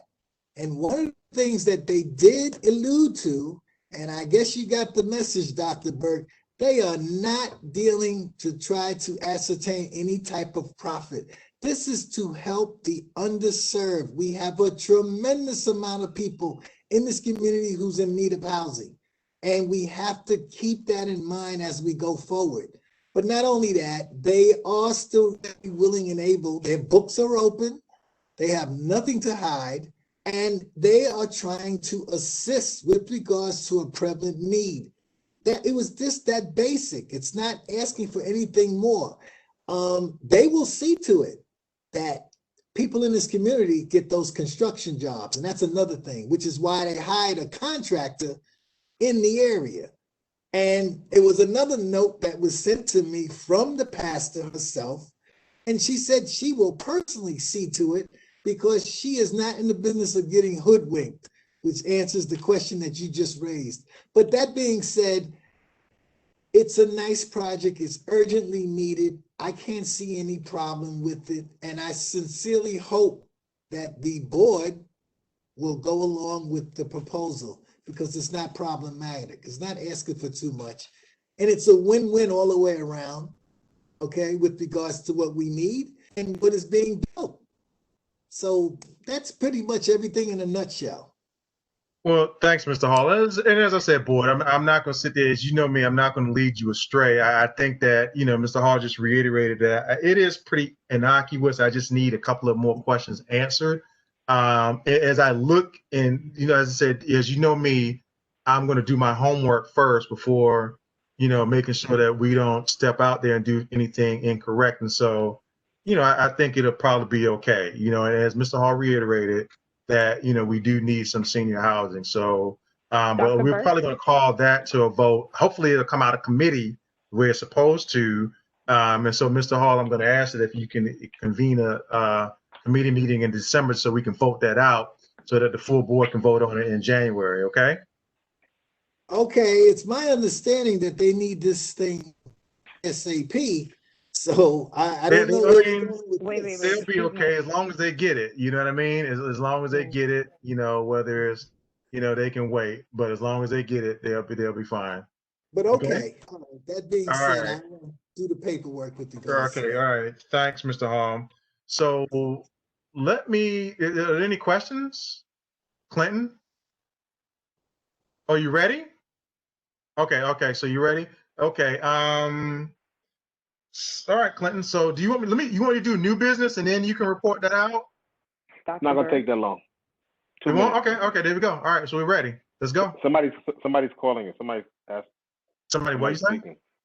Somebody said Dr. Burke. Okay, Dr. I didn't hear Burke? that. Somebody call my name?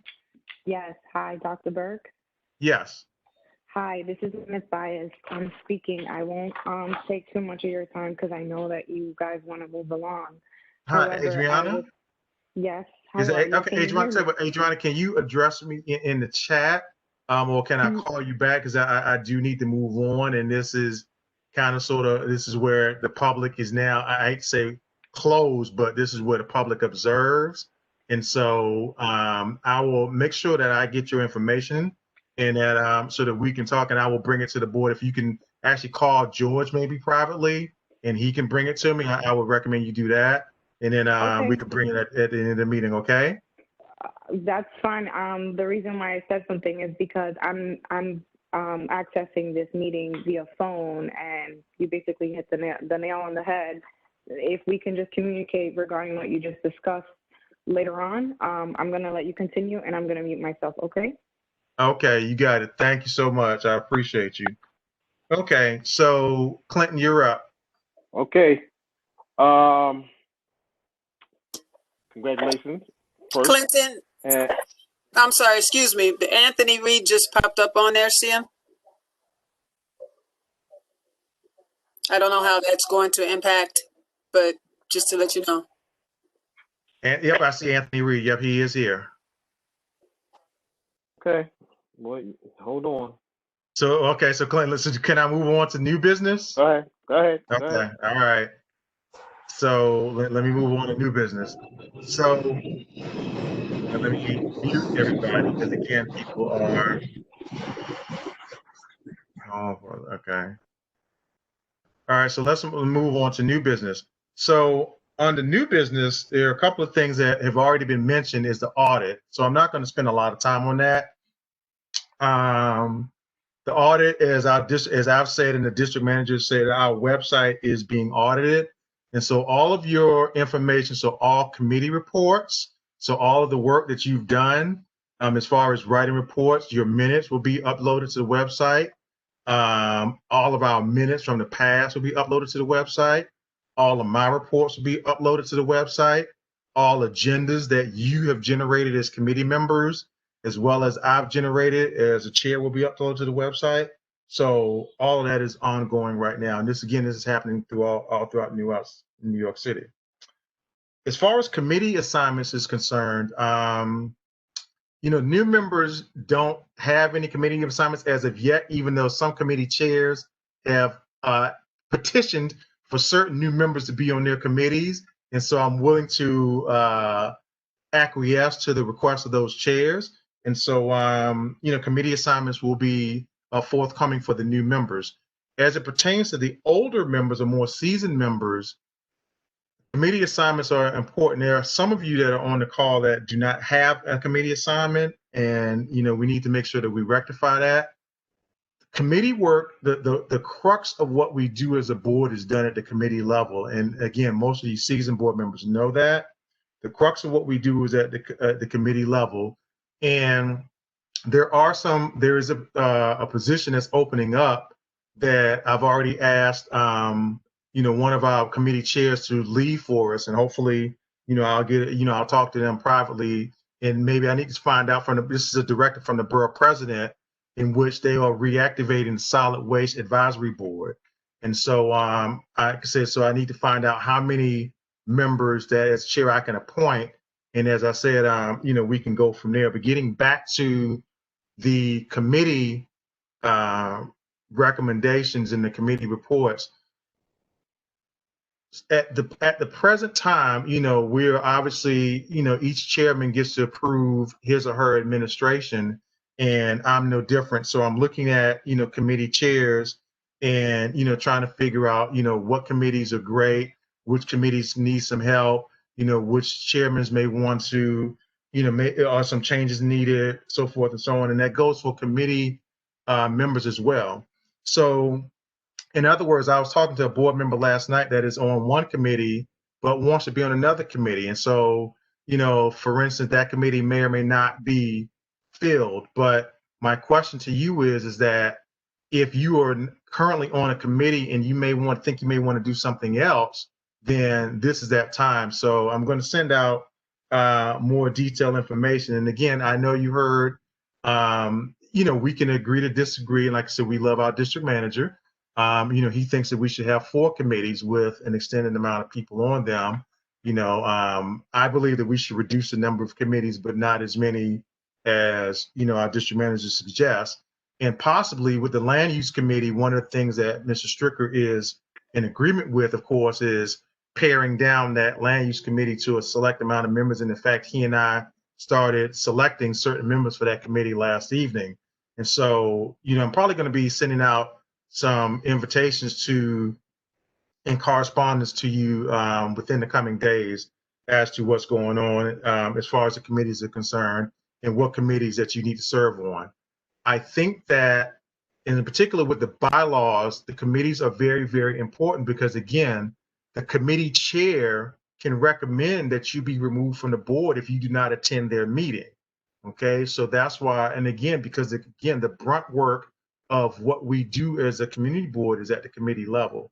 And so I'm asking that we please, do that and take that into consideration. And again, I'm not going to, spend a lot of time on that because, again, I'm going to send out notices and we need to move on because we need to vote on bylaws as well as Clinton's got to give out his report. The last thing under new business that I need to cover, we actually need to take a vote on this. And this is as it pertains to a zoning resolution. So we're kind of sort of doing this in reverse. And the reason is because we were given the information late. And so since we were given the information late, then we really weren't able to carry it out as we should have been able to carry it out, which means that it goes to the land use committee first. And then the land use committee votes it out of committee, and then we go from there.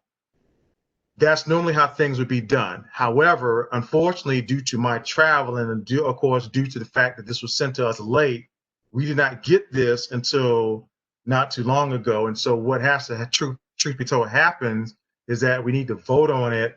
And then, like I said, the Department of City Planning is more than willing to come to us because we're having a land use committee meeting on December the 14th in which we will discuss the issue.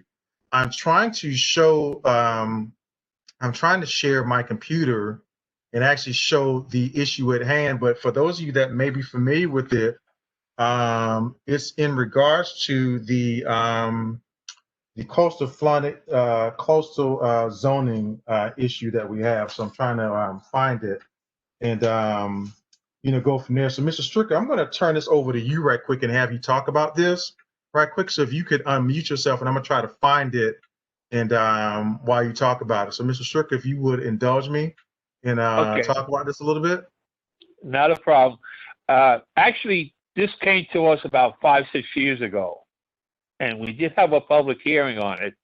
And this board is not really impacted very heavily with the flood, coastal flood plan. There's only 2 areas that we're looking at, basically, was Eastchester Creek and the Bronx River corridor. Now, the Bronx River corridor at one time was a real problem. Every time we had a heavy rain, the parkway would flood. But after somebody drowned in the underpass at 233rd Street getting onto the parkway, the city decided maybe they should look at the drainage. And they've been working on the drainage for at least on and off for the last 25 years. And the flooding isn't that great anymore from the Bronx River along the parkway, because it used to reach the parkway right away. Now it takes a lot of time to reach the parkway. And Eastchester Creek, the only reason that's on the border is because that is a shipping lane, believe it or not. That bridge that on Boston Road that goes over the creek is high enough so boats can make deliveries to the concrete plant, which is no longer in existence as far as I know. They haven't operated for a while. So we look pretty good on this. I don't see any issue with what they proposed then. And from what we spoke about the other night, it sounds like it's basically the same proposal they made then that we approved already, but they said they would have to come back to us. And that's all it basically is as far as I can see. Okay, so thank you, Mr. Strickland. I'm sharing my screen now. I'm trying to give the one-page headline, and so what I'm going to try to do is get this out to the board as a whole. And I'm looking at the TV as well, because I'm looking at TV as well as I'm looking at my screen to see if this is being shared. So Alfredo, I'm looking at you right now. Can you see this? Is it blank, or can you see the? Okay, I see it on TV, so it's showing. So this is kind of sort of a one-page headliner as to what they're talking about. And again, you know, we talked about this during borough board meeting today, and this is what Mr. Stricker said. So he's absolutely right in the fact that this was outlined prior to Superstorm Sandy, but since Superstorm Sandy, they really want to shore this up. And so they need a letter of support from all the community boards in the Bronx, ours being no exception, even though we're not that severely impacted by it, but we do need a letter of support. So again, I know that we're doing things out of sequence, but if Mr. Stricker has said that we've looked at this in the past, and I'm willing to go on that. So I need a motion to vote for this letter of support for the zoning coastal floodplain plan. I will make that motion, Dr. Burke. Okay, so Mr. Stricker makes the motion. Is there a second? Anthony. Okay, and Mr. Anthony Reed seconds the motion. So let's just do this. Instead of calling the roll, I'm going to ask that we do this quickly for time's sake. Is there any further unreadiness? Okay, call for the question. All those are in favor, raise your hand and signify by saying aye.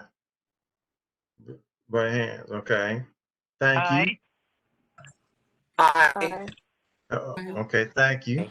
If you, okay, put your hands down. If you are opposed, you have the same right.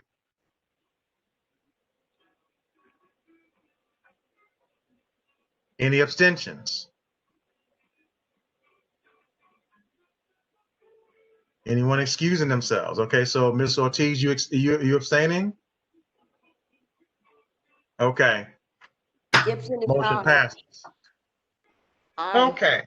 All right, that we got you. We got you, Ms. Gibson. All right, so the motion passes. So with that being said, we're now hopefully we can go back to Clinton with the. So hang on for a second. Let me mute some people because they have left themselves open. Okay, Clinton, you're up, sir. Clinton? Oh, there you go. Okay. I can't hear you. Oh, there you go. Okay. All right. Again, congratulations to all the winners. I thank you for the opportunity to be the nominating committee chair.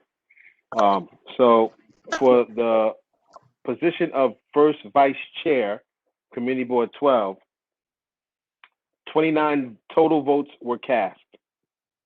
29 total voters who are on this call currently. By a tally of 16 votes to 13 votes, the winner of the first vice chair position is Egeria Bennett. Okay. Congratulations. That's a total of 55.2% to 44.8%. Okay. Okay. So thank 16 you. votes to 13 votes. 16 to 16 to 13. 13, and that's 55%. Okay. So again, so Ms. Bennett, congratulations to you. I look forward to working with you. You've done outstanding work on the board, and Mr. Stricker, you have as well. And as I told you last night, no matter who wins, that I'm going to be counting on you as well. And so make no mistake about it, Mr. Stricker, even though you may not have won this election, make no mistake about it that Ms. Bennett and I and Mr. Isaac and Ms. Benitez and everybody else will be counting on you. I know personally I will be counting on you. And so I just want to let you know that. And so Ms. Bennett, again, thank you for all of your work. And I want to thank to everybody who ran personally. You know what I mean? I really want to thank everybody who ran, because I think that shows a dedication that each person has for this board. And so even though you may not have won a position, that does not mean that you are not a dedicated member of this board. So I just want to say thank you to everybody and congratulations to everybody. And as you guys know, I can work with any and everybody. And I look forward to working with all of you, whether you are officer of the board or not. Okay? All right.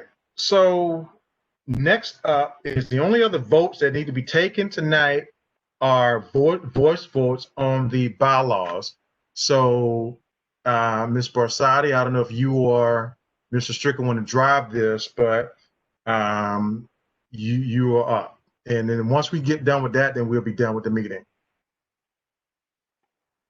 Okay, so I hope I'm unmuted now because I can't remember how many times I pressed *6.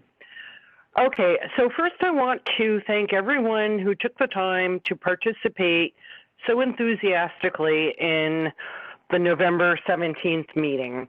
Okay, I have the document open if anybody wants to look at it. I just have to remember. Are you sharing your screen, Carla? I'm attempting to. Okay. I have the meeting minutes open. And I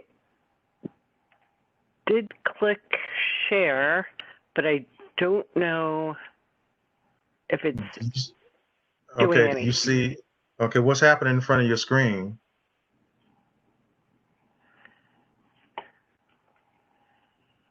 Because it looks like you have low. Are you sharing? I clicked share. I hope I did it correctly. I'm looking at the minutes of the Tuesday, November 17th bylaws committee meeting. Okay. Is anybody else? No, we don't see it at all. Okay. So Carla, let me ask you this question. Do you want me to drive the sharing and you just talk about it? Sure. If you're fine with doing that, that would help. Yes. No, I mean that's fine. I mean, I'm just trying to, help us out. I'm trying to find. I think you sent it as a Word document, if I'm not mistaken, correct? Yes. I think I downloaded it as a Word document. So let me do that and then share my screen and then go from there. And then that way we can be done bylaws committee meeting.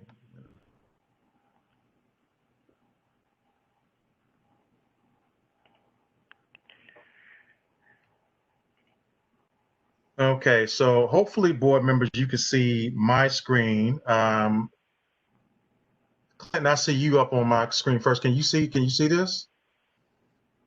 You can? Okay, great. Okay, so Carla, we're in business. Okay. So again, I just want to thank everyone for participating. It was a long meeting, but there were a lot of people who took the time to attend the meeting and be heard. So we wanted to make sure that everyone was heard. So we took the feedback on board. So again, the purpose of the meeting was to ensure, to create a forum so that everyone could ask questions about what was going on with these bylaws, what the bylaws committee has been doing since June.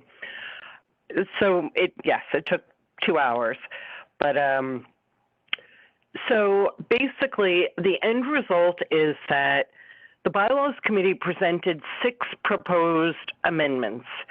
The feedback from the group of participants at the Tuesday meeting was that 3 of them they were not comfortable with. So what I've done in the minutes for the Tuesday meeting is withdrawn from consideration for a vote the 3 proposed amendments that there was that a majority of the people in the meeting expressed concern about. So those 2 of those had to do with establishing eligibility requirements for running for either a board office or a committee chairmanship.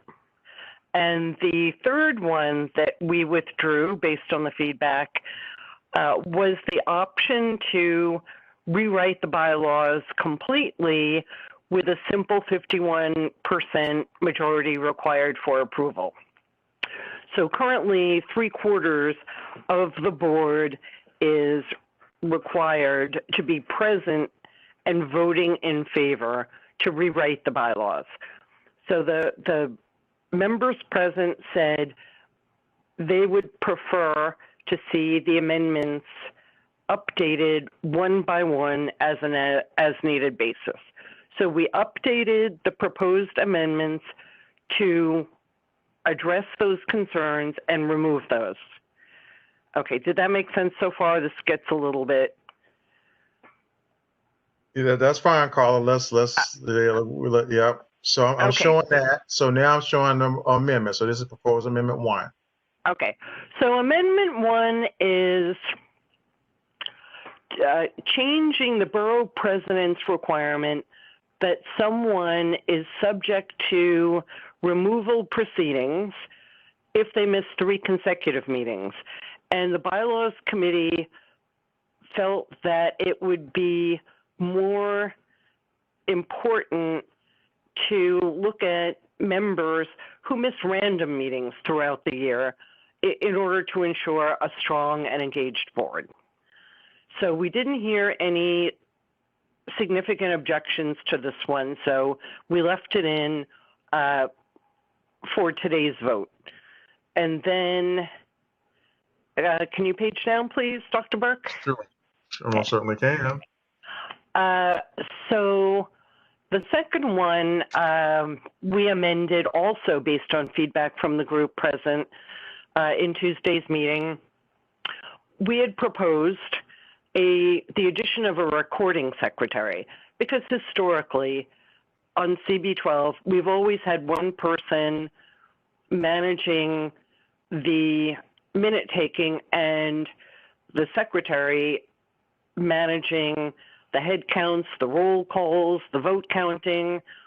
And we had some feedback from a couple of members who said we should change the name of the secretary to corresponding secretary to make it clear what the roles are different. One is the corresponding secretary and one is the recording secretary. So that's more of an administrative issue. I don't think that one's, there wasn't a lot of controversy about that one. Everybody agreed it made sense. And then would you kindly page down to the last?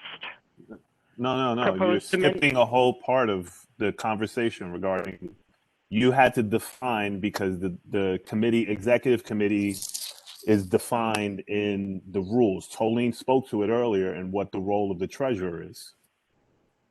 You can't add this now, or you can't change this or amend it until you define what recording versus correspondence is. That was the conversation that we had at the bylaws committee. I'm not sure that the bylaws are the place to make that differentiation. Well, let me say this. I think that part of part of that discussion, and to a degree, I guess, Joy, I do remember that, Carla, was that people were questioning. I believe it was. I don't know if it was Hussein or not that was questioning what were the exact roles, and I think I remember spending quite a bit of time on that. So I think that was part of, if I remember correctly, that was part of what needed to be. So before adding corresponding secretary, which is good, we did that. But I think each role needed to be defined, because I think the question was, when we saw the word secretary and then recording secretary, people were confused. And so I think they wanted to see not only with this change, but with the roles defined. So in other words, in the current bylaws, it has defined what each role is. But since we were creating a new position, that role is not in the current bylaws and it needed to be defined, as well as changing secretary to corresponding secretary, which, I think in the role, if I remember correctly, we just needed to add that word and then add that to the role as well. I think, and I don't have my bylaws in front of me, but I think I remember, and that's what George is saying. I think that's what the conversation was. So even though you made the hang on, caller. So even though you made the change here, which is great, but I think the definitions needed to be added in another section of the bylaws, if I remember the conversation correctly.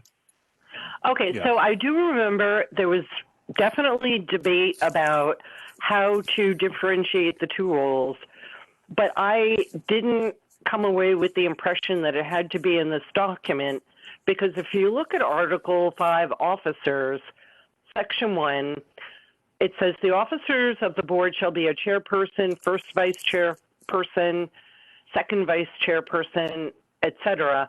But there are no role descriptions in this document.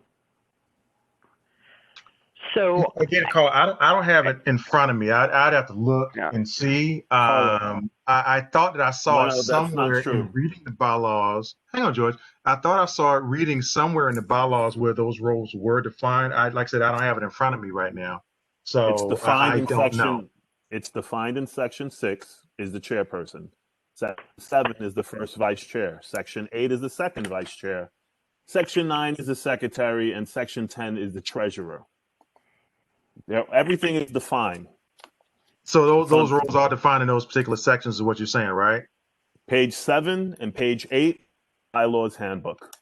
Right. Okay. So I think where the confusion was is that, as I said before, people wanted not just adding the word, but they wanted the roles defined. And I think I know Mr. Ted James had an issue with that as well. And I do remember that not only from our meeting on Tuesday, but even at last, I want to say not the board meeting in October, but the one in September as well. So I think that I do remember that.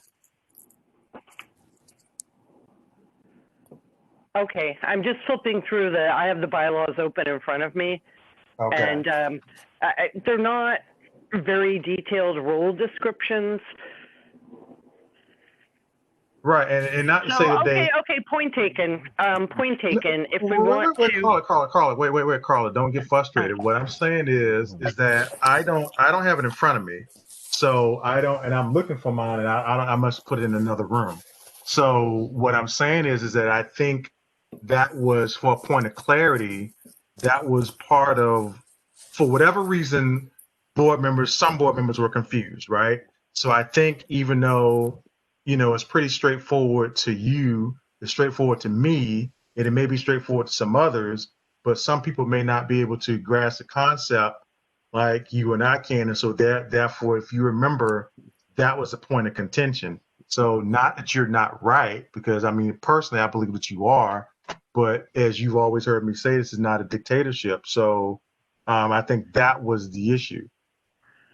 Okay, so it could just be that my notes said differentiate the two roles, and I did not capture that we needed actual definitions spelled out in what is Article 5 officers.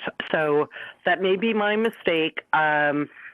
Should we Well, let me ask this question. Now, I see where Attorney Singh put something in the chat, so I'm going to ask him to unmute himself, being that he was quite impressive on Tuesday night to give. I mean, you like to say, I have a recommendation, but I want to hear what Attorney Singh has to say. Attorney Singh? Okay. If I recall correctly, I think we were discussing a recording secretary, someone who records the minutes of the meetings. But if we look at Article 5, Section 9, there's no reference to a recording secretary. There's just reference to a secretary. So we were discussing that if we're going to add a new officer and call that officer a recording secretary, then for clarity purposes, we must distinguish between that new role of a recording secretary with the existing role of a secretary. And one proposal is that we now make the secretary the corresponding secretary, and then we'll have the recording secretary. So we'll have two secretaries, recording and corresponding. So if we're having two secretaries, we must clearly define what their different roles are. Right. Okay. That's what I recall in the conversation. So I think my recommendation, Carla, for this particular proposal, this proposed amendment, I would scrap it for now, and come back, maybe in the early winter, January, February, with those roles defined, and then that would make this particular vote valid. So if it were me, but that's what I would do. Yes. No, I'm going to agree with you. I think my notes were a little bit short at that point because sometimes I have trouble talking and writing at the same time. So you're fine, yes, Carl. so yes, I will go back and consult with the other members of the committee and rewrite that section. Right. So my suggestion would be vote on proposed amendment 1 and proposed amendment 5, since we got rid of the other ones tonight. That would be my suggestion. Yes. No, I would agree. I see that that point of clarification needs to be made for this to work. So yes, thank you for catching that. Okay, so moving back onto the last section then, it's the same, we're proposing the same rule for initiating removal proceedings for committee chairs. It's the same rule as for removing someone or initiating procedures to remove someone, because you don't just remove someone, there's a whole process. So for committee chairs, we're proposing the same rule, which is if you miss 3 absences at a committee meeting that you're a member of, in the course of one board year, the board can propose removal of that person from that committee. So the first and the third are pretty much the same. Just one refers to general board membership and the last one refers to committee membership.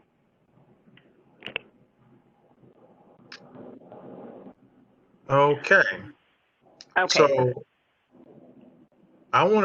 so Carla, you're done, right? Because I'm getting ready to call for the vote. So Madam Secretary, because this one needs to be a voice vote. So each person needs to voice their vote. Now, so you done, Carla? Yes. I just have a procedural question. Oh, yes. Okay. So the next step would be to make a motion to accept the report of the committee before we vote on. Right. You're right. But You're absolutely right. if the group is disagreeing with part 2, Carl, do we still accept the report with revisions as noted? Yeah, you can accept the report with the amendment. So, the way the motion would be phrased is that you can make a motion or a modified motion to accept the report, just scrapping, that amendment. And then that would probably be second. So, sometimes you may call it a friendly amendment to the motion. So you just amending the initial motion. Yeah, when you make the motion, you accept the first and the fifth to be Right. voted upon.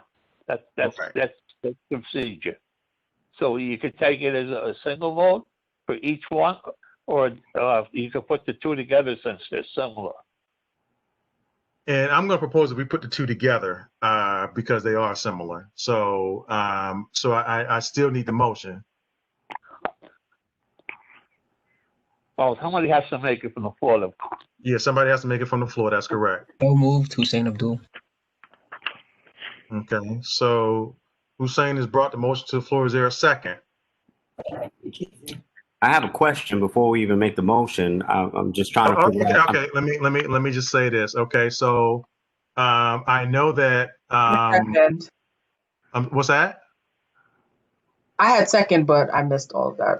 No, you can call for the second. Okay, so here's where we are, board members. All right. So, and I told the committee this on Tuesday night, and I'm really sticking about this. Right. Any questions that any board members had, you had the opportunity to ask those questions on Tuesday. Right. So I said that, and I'm going to say it. I probably should say this before this begins. So if you had questions, you know, you knew that the bylaws committee was going to meet, right? Because I had made an email announcement, and we said at the last meeting, so there was more than enough time to ask any questions, right? So that was, and that's why the meeting on Tuesday went very long, because people asked a lot of questions, and we're very glad for the feedback that we got. So if you're now, when we come up coming for a vote, talking about you having a question, we're not having it. So we're going straight to the vote, because again, the unreadiness period was on Tuesday, all right? And prior to any corrections or any amendments or any suggestions, should have said there were 5 members of the bylaws committee. So at this You're suggesting that board members cannot raise an issue right now? Well, no, I mean, George, what I'm saying is that we have already, I mean, that was the purpose of the Tuesday vote. I mean, not It doesn't Tuesday vote, matter. It's still a full board. You're asking for a vote. People can question it. The board members specifically. All right, you say, I mean, unreadiness. Okay. So my thing is this, George. I mean, I'm not disputing that, but what I'm saying is that to have unreadiness now, to me, is anyway. I'll leave my opinions alone.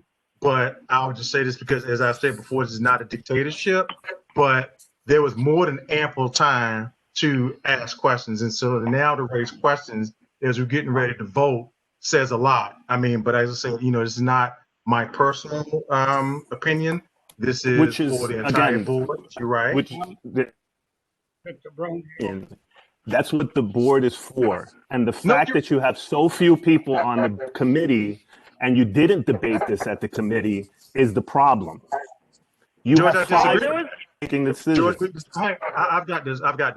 George, I vehemently disagree with that. But you know what? I mean, like I said, you and we can talk about this. You know, well, I'm going to talk about. I disagree with that. There was more than enough opportunity for people. But if there's a question, so Ivan, you got a question, that's fine. You could ask a question. I see Mr. Lanzano may have had a question. He can ask a question. But I disagree with that assessment, that there was enough time for people to, and the people who want to come in was able to ask the question. I mean, that's just where, like I said, but it's not a dictatorship.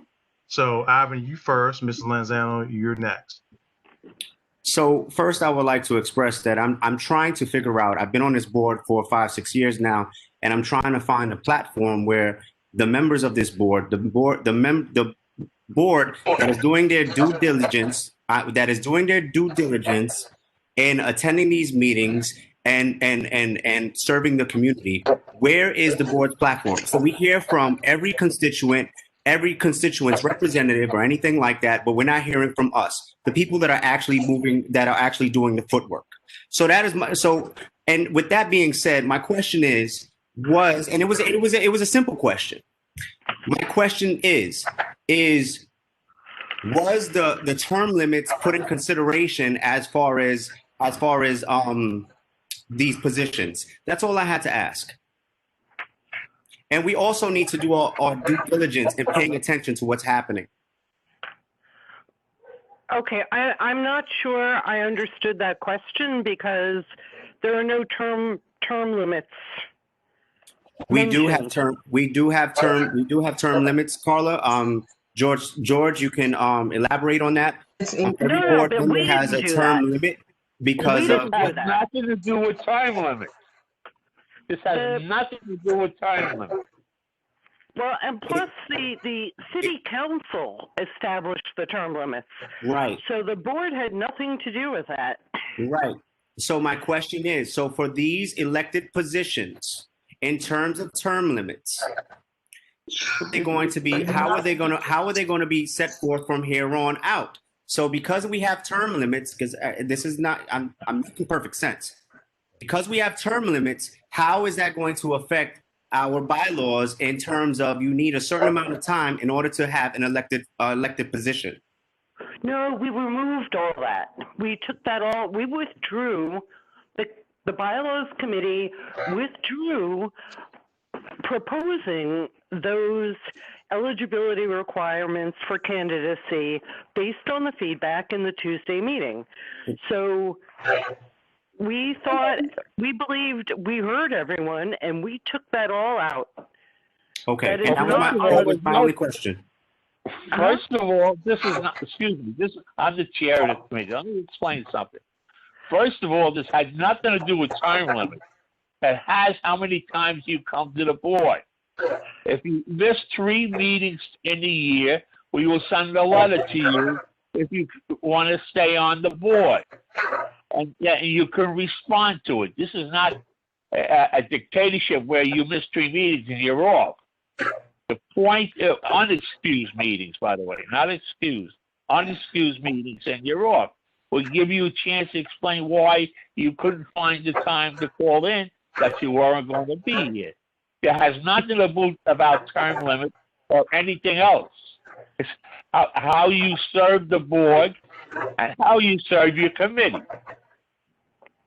Again, I'm referencing the elected board positions and the committee positions. It definitely had to come up. No, they're not elected. You're appointed by the chair of the committees. And the board is appointed by the borough president. Yes. And if you don't show up for 3 meetings, at any 3 meetings in a year, you can be removed from the board. But you have the right to explain why you didn't have the time to call anybody. And there are cases where there's no way you can call in, so you have an excuse. So you didn't miss 3. The one that was unexcused is now excused. This is not to throw anybody off the board. This is to get people to do their damn job. Again, for sake of clarity, I am not talking about removal of persons. Well, that's what we're voting on. We're not talking about time limits. There's nothing. Can I jump in here for a minute? Ivan, is the question I'm trying to clarify because I'm a little bit confused as to what we're talking about right now. So are we saying that the new position of the corresponding secretary, That's been eliminated. We're not going to vote on that tonight. Oh, okay. So then that's not even coming up for a vote. So and no, that's I why was using that as an example. I'm just trying to get some understanding because I feel like we're going back and forth and we're not getting to. We're not getting. I mean, because this should have been again. That was the clarity that was brought up on the screen, and that was one of the points of talk during the bylaws committee. We took it off because people didn't like it. We didn't finish what the differentiating between the 2 secretaries. What we're voting on is removal from the board if you don't show up 3 times, or removal from a committee if you don't show up 3 times.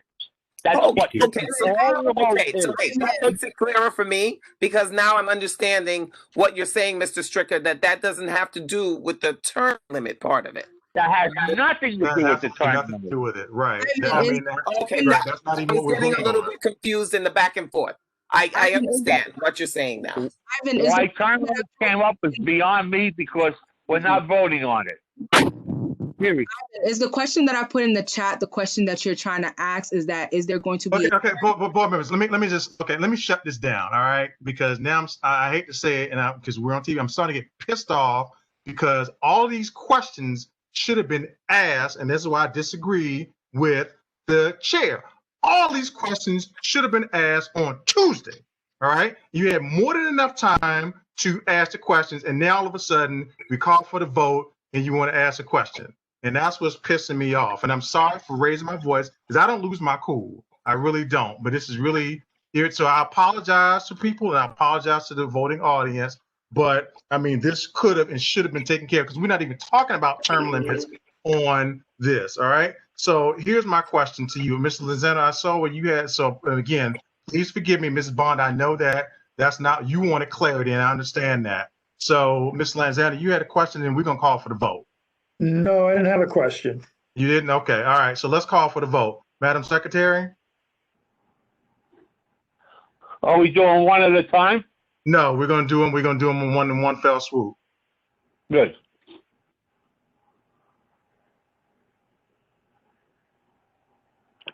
Okay. So we had a motion. And it's been seconded. It's been moved and properly seconded. So okay, I'm sorry. Who seconded? I missed that. I want to say it was seconded by Anthony Reed, if I'm not mistaken. I seconded. Egeria? I'm sorry. Who's speaking? Nicole Weir. I seconded. Oh, Nicole. I'm sorry. Okay. I thought Anthony Reed did. Okay, Nicole. All right. My apologies. Okay. Thank you, Nicole. Okay. Thank you. Yeah, my apologies. Okay, so I'm calling for the question to accept the report. Call the question. All right, all those in favor. Actually, do I need to do a voice vote on this, Ms. Benitez and Mr. Stricker? I'm asking, I want to do a by show of hands, do I need to do a voice vote? You could, procedure, you can do a vote of the whole board at one time. Well, that's what I'm thinking. That's what I'm thinking. Everybody opposed? Raise your hand. Everybody's for it. No. There you go. And then we'll call for an individual vote for the motions. Okay, so before you vote, please. Question: how can those who are not on video raise their hands? Right, and that's what we're saying, Mr. Yeah, so I need to see videos, right? So, I mean, if you want to say "I, Mr. Brown," you can, right? Oh, on video, I can raise my hand, but there are quite a lot of people there that are not on video. Okay, so Mr. Brown, you make a point, so we're going to have to do a voice vote. All right, we're going to do a voice vote if that's what we have to do. So, Madam Secretary, we have to do a voice vote on this. All right, I'm going to do it very quickly. I'm hoping that everyone's still here. Hussein Abdul. Hussein Abdul. Hussein Abdul. Aye. Technical difficulties, aye. Franklin Alakpo. Franklin Alakpo. This is what I'm doing. Judith Benitez, aye. Egeria Bennett. Egeria Bennett. Egeria Bennett. Jesus. Sydney Blair. Aye. Denise Bond. Aye. Ivan Anthony Boras. Abstain. Paula Basadi. Aye. Marlene Allen. Abstain. Marlene Allen. Abstain. Abstain. Brown. Aye. Aye. Jerome Brown. Aye. Deacon Edward Brown. Deacon Edward Brown. Norbert Bryan. Aye. Dr. Michael Berg. Aye. Sadie Campbell. Sadie Campbell. Aye. Evelyn Christian, Dale Clark, Todd. Aye. Beatrice Coronel, Aye. Robert Cumberbatch, Colleen Dickinson, Aye. Kevin Eichelberger, Aye. Fredo Figueroa. Fredo?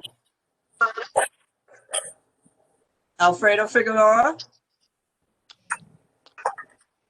Barbara LeGrand, Aye.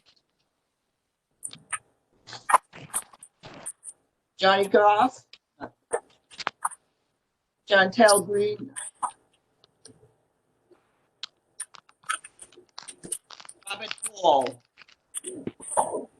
Robert Paul, I assume you're saying aye.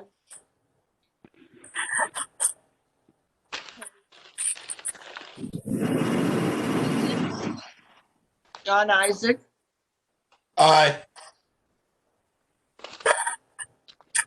Theodore James, Theodore James,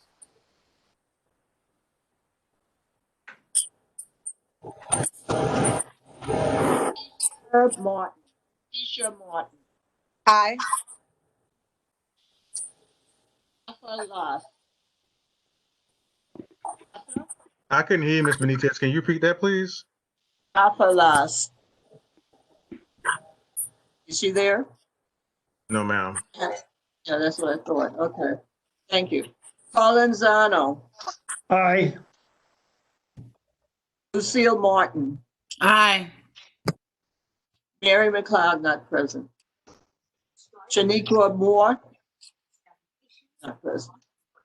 Clinton Mike, Aye. thank you. Carmen Ortiz, Aye.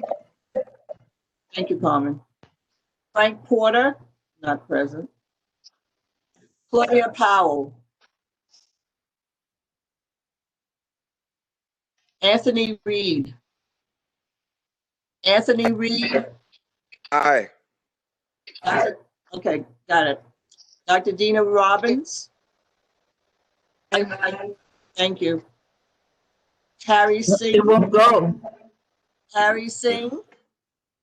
Hello, Harry. I know Harry Singh is there You see, somewhere. mute, ¿verdad? Aye. I said aye. Thank you. Paul Stricker, Aye. Nicole Ware. Nicole Ware. Thank you. I'm going, I need one more. You need one more? Alfredo Figueroa. Alfredo Figueroa, is he still here? Yeah, I think so. Excuse me, Alfredo Figueroa, are you still here? No, he left. Left? Okay. And Egeria Bennett, are you still here? Yeah, she's here. But she didn't vote. Oh, she didn't? Okay. No, I need something. Otherwise I mark her not present. Right. The jury is there. But she's not. I know. I don't know where, because I just saw her on my screen. Yeah, okay, I'm doing it as a not present. And Franklin Alacapo? Franklin, are you still here? He's still there. He's raising his hand. Franklin, we need to vote. Can you unmute yourself, Franklin? Okay, I'm going to assume that's an aye. Okay, the ayes have it in reference to what we just voted on the bylaws. Okay. All right. So the motion passes. So here's what I'm going to ask for time. I think we still need a voice vote on this because this is the bylaws, right? So I'm going to combine the two together. We still need another voice vote. All right. We're not going to shortcut this. So we're voting on proposed amendment 1, and we're voting on proposed amendment 5 as described by the bylaws committee vice chairperson, Ms. Carla Bersati. So we need a voice vote for each one. So, Madam Secretary, call the roll, please. Okay. Hussein Abdul. Hussein Aye. Abdul. Aye. Thank you. Franklin Alagbo. Aye. Judith Benitez, aye. Egeria Bennett. Okay, I'm going for not present. Sydney Blair. Aye. Thank you. Denise Bond. Aye. Ivan Anthony Boras. Ivan. Ivan Boras. Yes. Yes. Are you voting? You're voting I aye. abstain. Paula Bossati. Aye. Marlene Allen.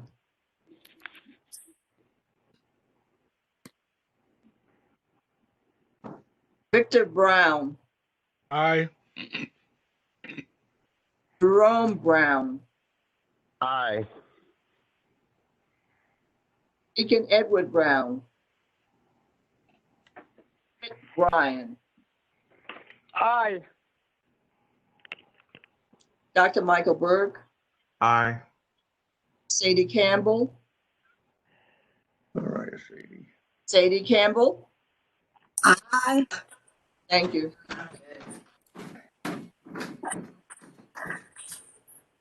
Joan Claude. Aye. Beatrice Farnell. Aye. Thank you. Robert Cumberbatch is not present. Pauline Dickinson. Aye. Ben Ackelberger. Aye. Alfredo Figueroa. Alfredo Figueroa. Not present. Barbara LeGrand. Barbara LeGrand. Are you still with us? Aye. Okay, thank you. Barbara LeGrand, aye. Got you. Thank you. Barbara LeGrand, aye. Robert Hall. Robert Hall. Yeah, aye. I gotta leave. Aye. Lisa Hayes.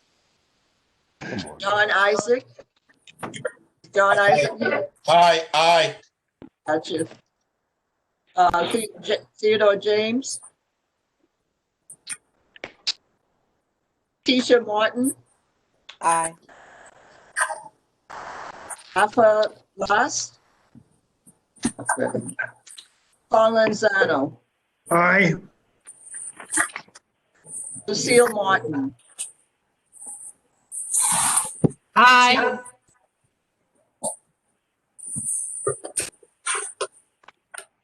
Clinton Mike. Clinton. Aye. Thank you, Clinton. Carmen Ortiz. Carmen Ortiz is an aye. Just shake your head. Is it an aye? Shake your head, Carmen. Thank you. Frank Porter, not here. Anthony Reed. Anthony Reed. Aye. Got you. Adina Robbins. Aye. Harry Singh. Aye.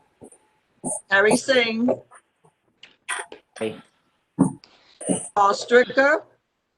Aye. And Nicole Ware. Aye. Tavern. Thank you.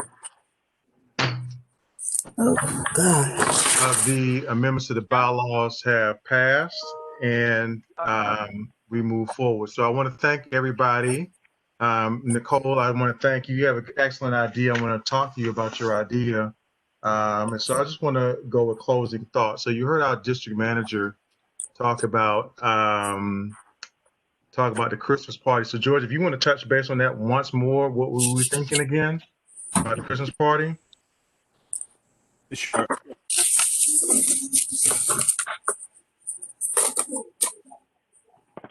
George, you're muted. You're muted. Sorry.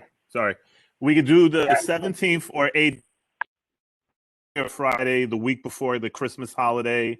It would be now for those people who participate by phone. Obviously, you can't take part in the ugly sweater contest, but we would play bingo.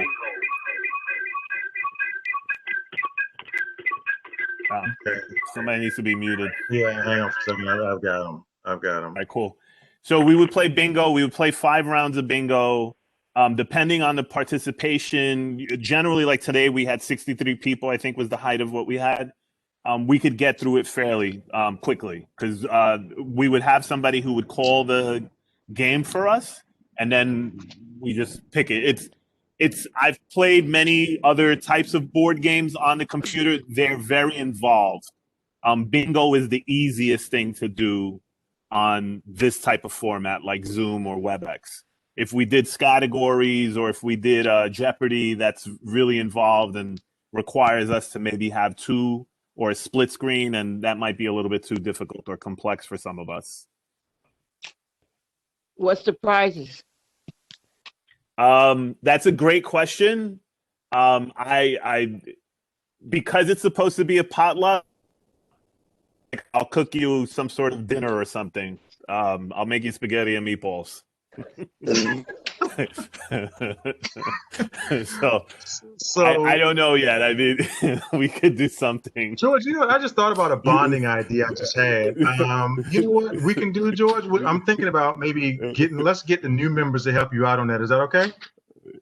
Sure, that's fine. Yeah, get the new members. That way they can bond, because we need to. I'm loving bonding with the new members. So let me just offer some closing thoughts as we get ready to go. So before we do, I want to give a shout out to our November birthdays that I have on record.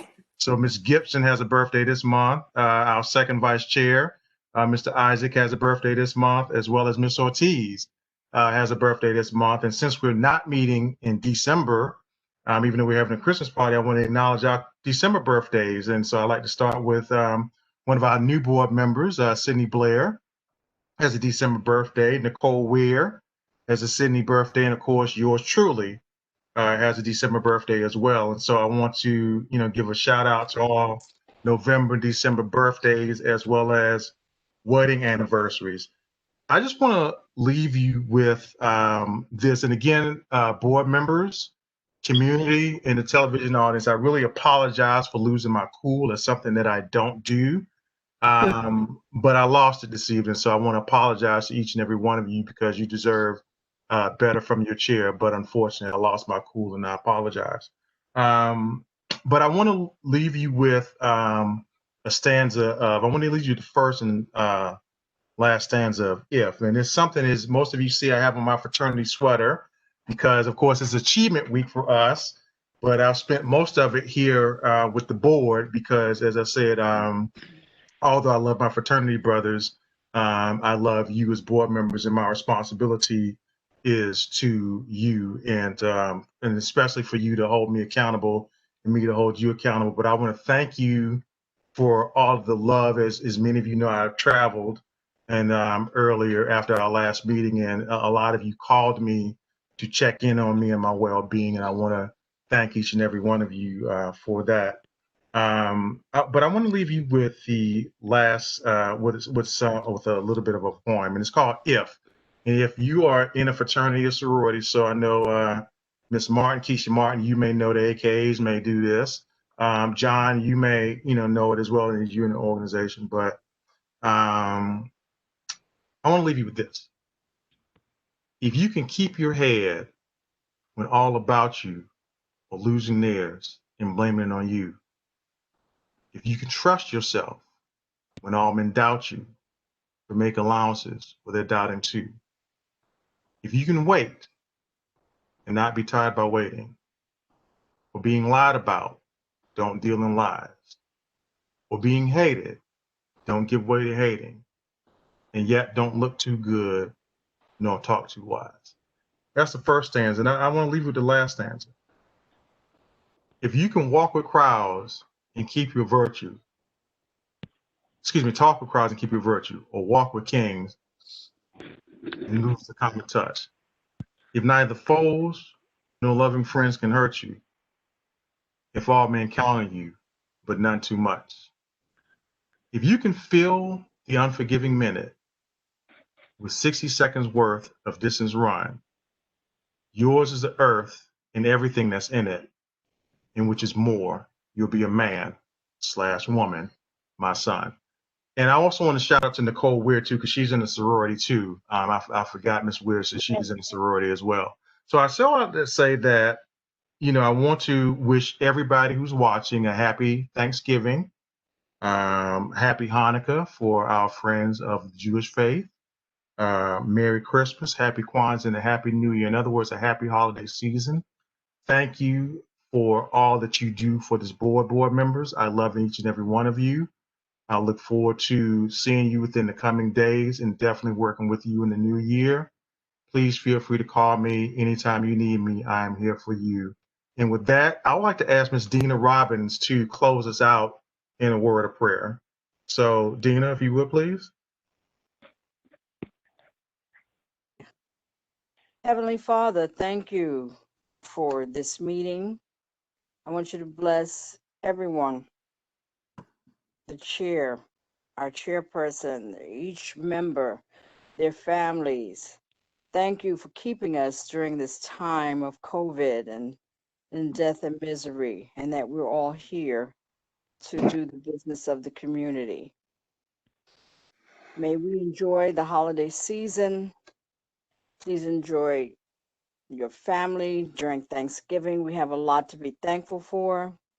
I want to pray for this nation, Lord, and help to resolve this issue about the presidency. It weighs heavy on my heart, and I'm sure on many of yours, and we don't know what's coming, but remember, politics starts at the local level. So if we're doing our part, then we can send the message all the way up to the top.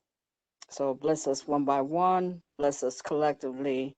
And this I ask in our Lord and Savior, Jesus' name. Amen. Amen. I need a motion for adjournment. So Make a moved. motion. Make a All motion right. that we adjourn. Second. All right. All ready for the question? All in favor, signify by saying aye. Aye. Aye. All opposed? Meeting adjourned. Have a good one, everybody. Happy Amen. Thanksgiving Happy to the Thanksgiving. community, to board members, to the television audience. Thank you again. Happy Have a good Thanksgiving. evening. Not a problem. Holidays. Signing off. Good evening, everyone. Good evening.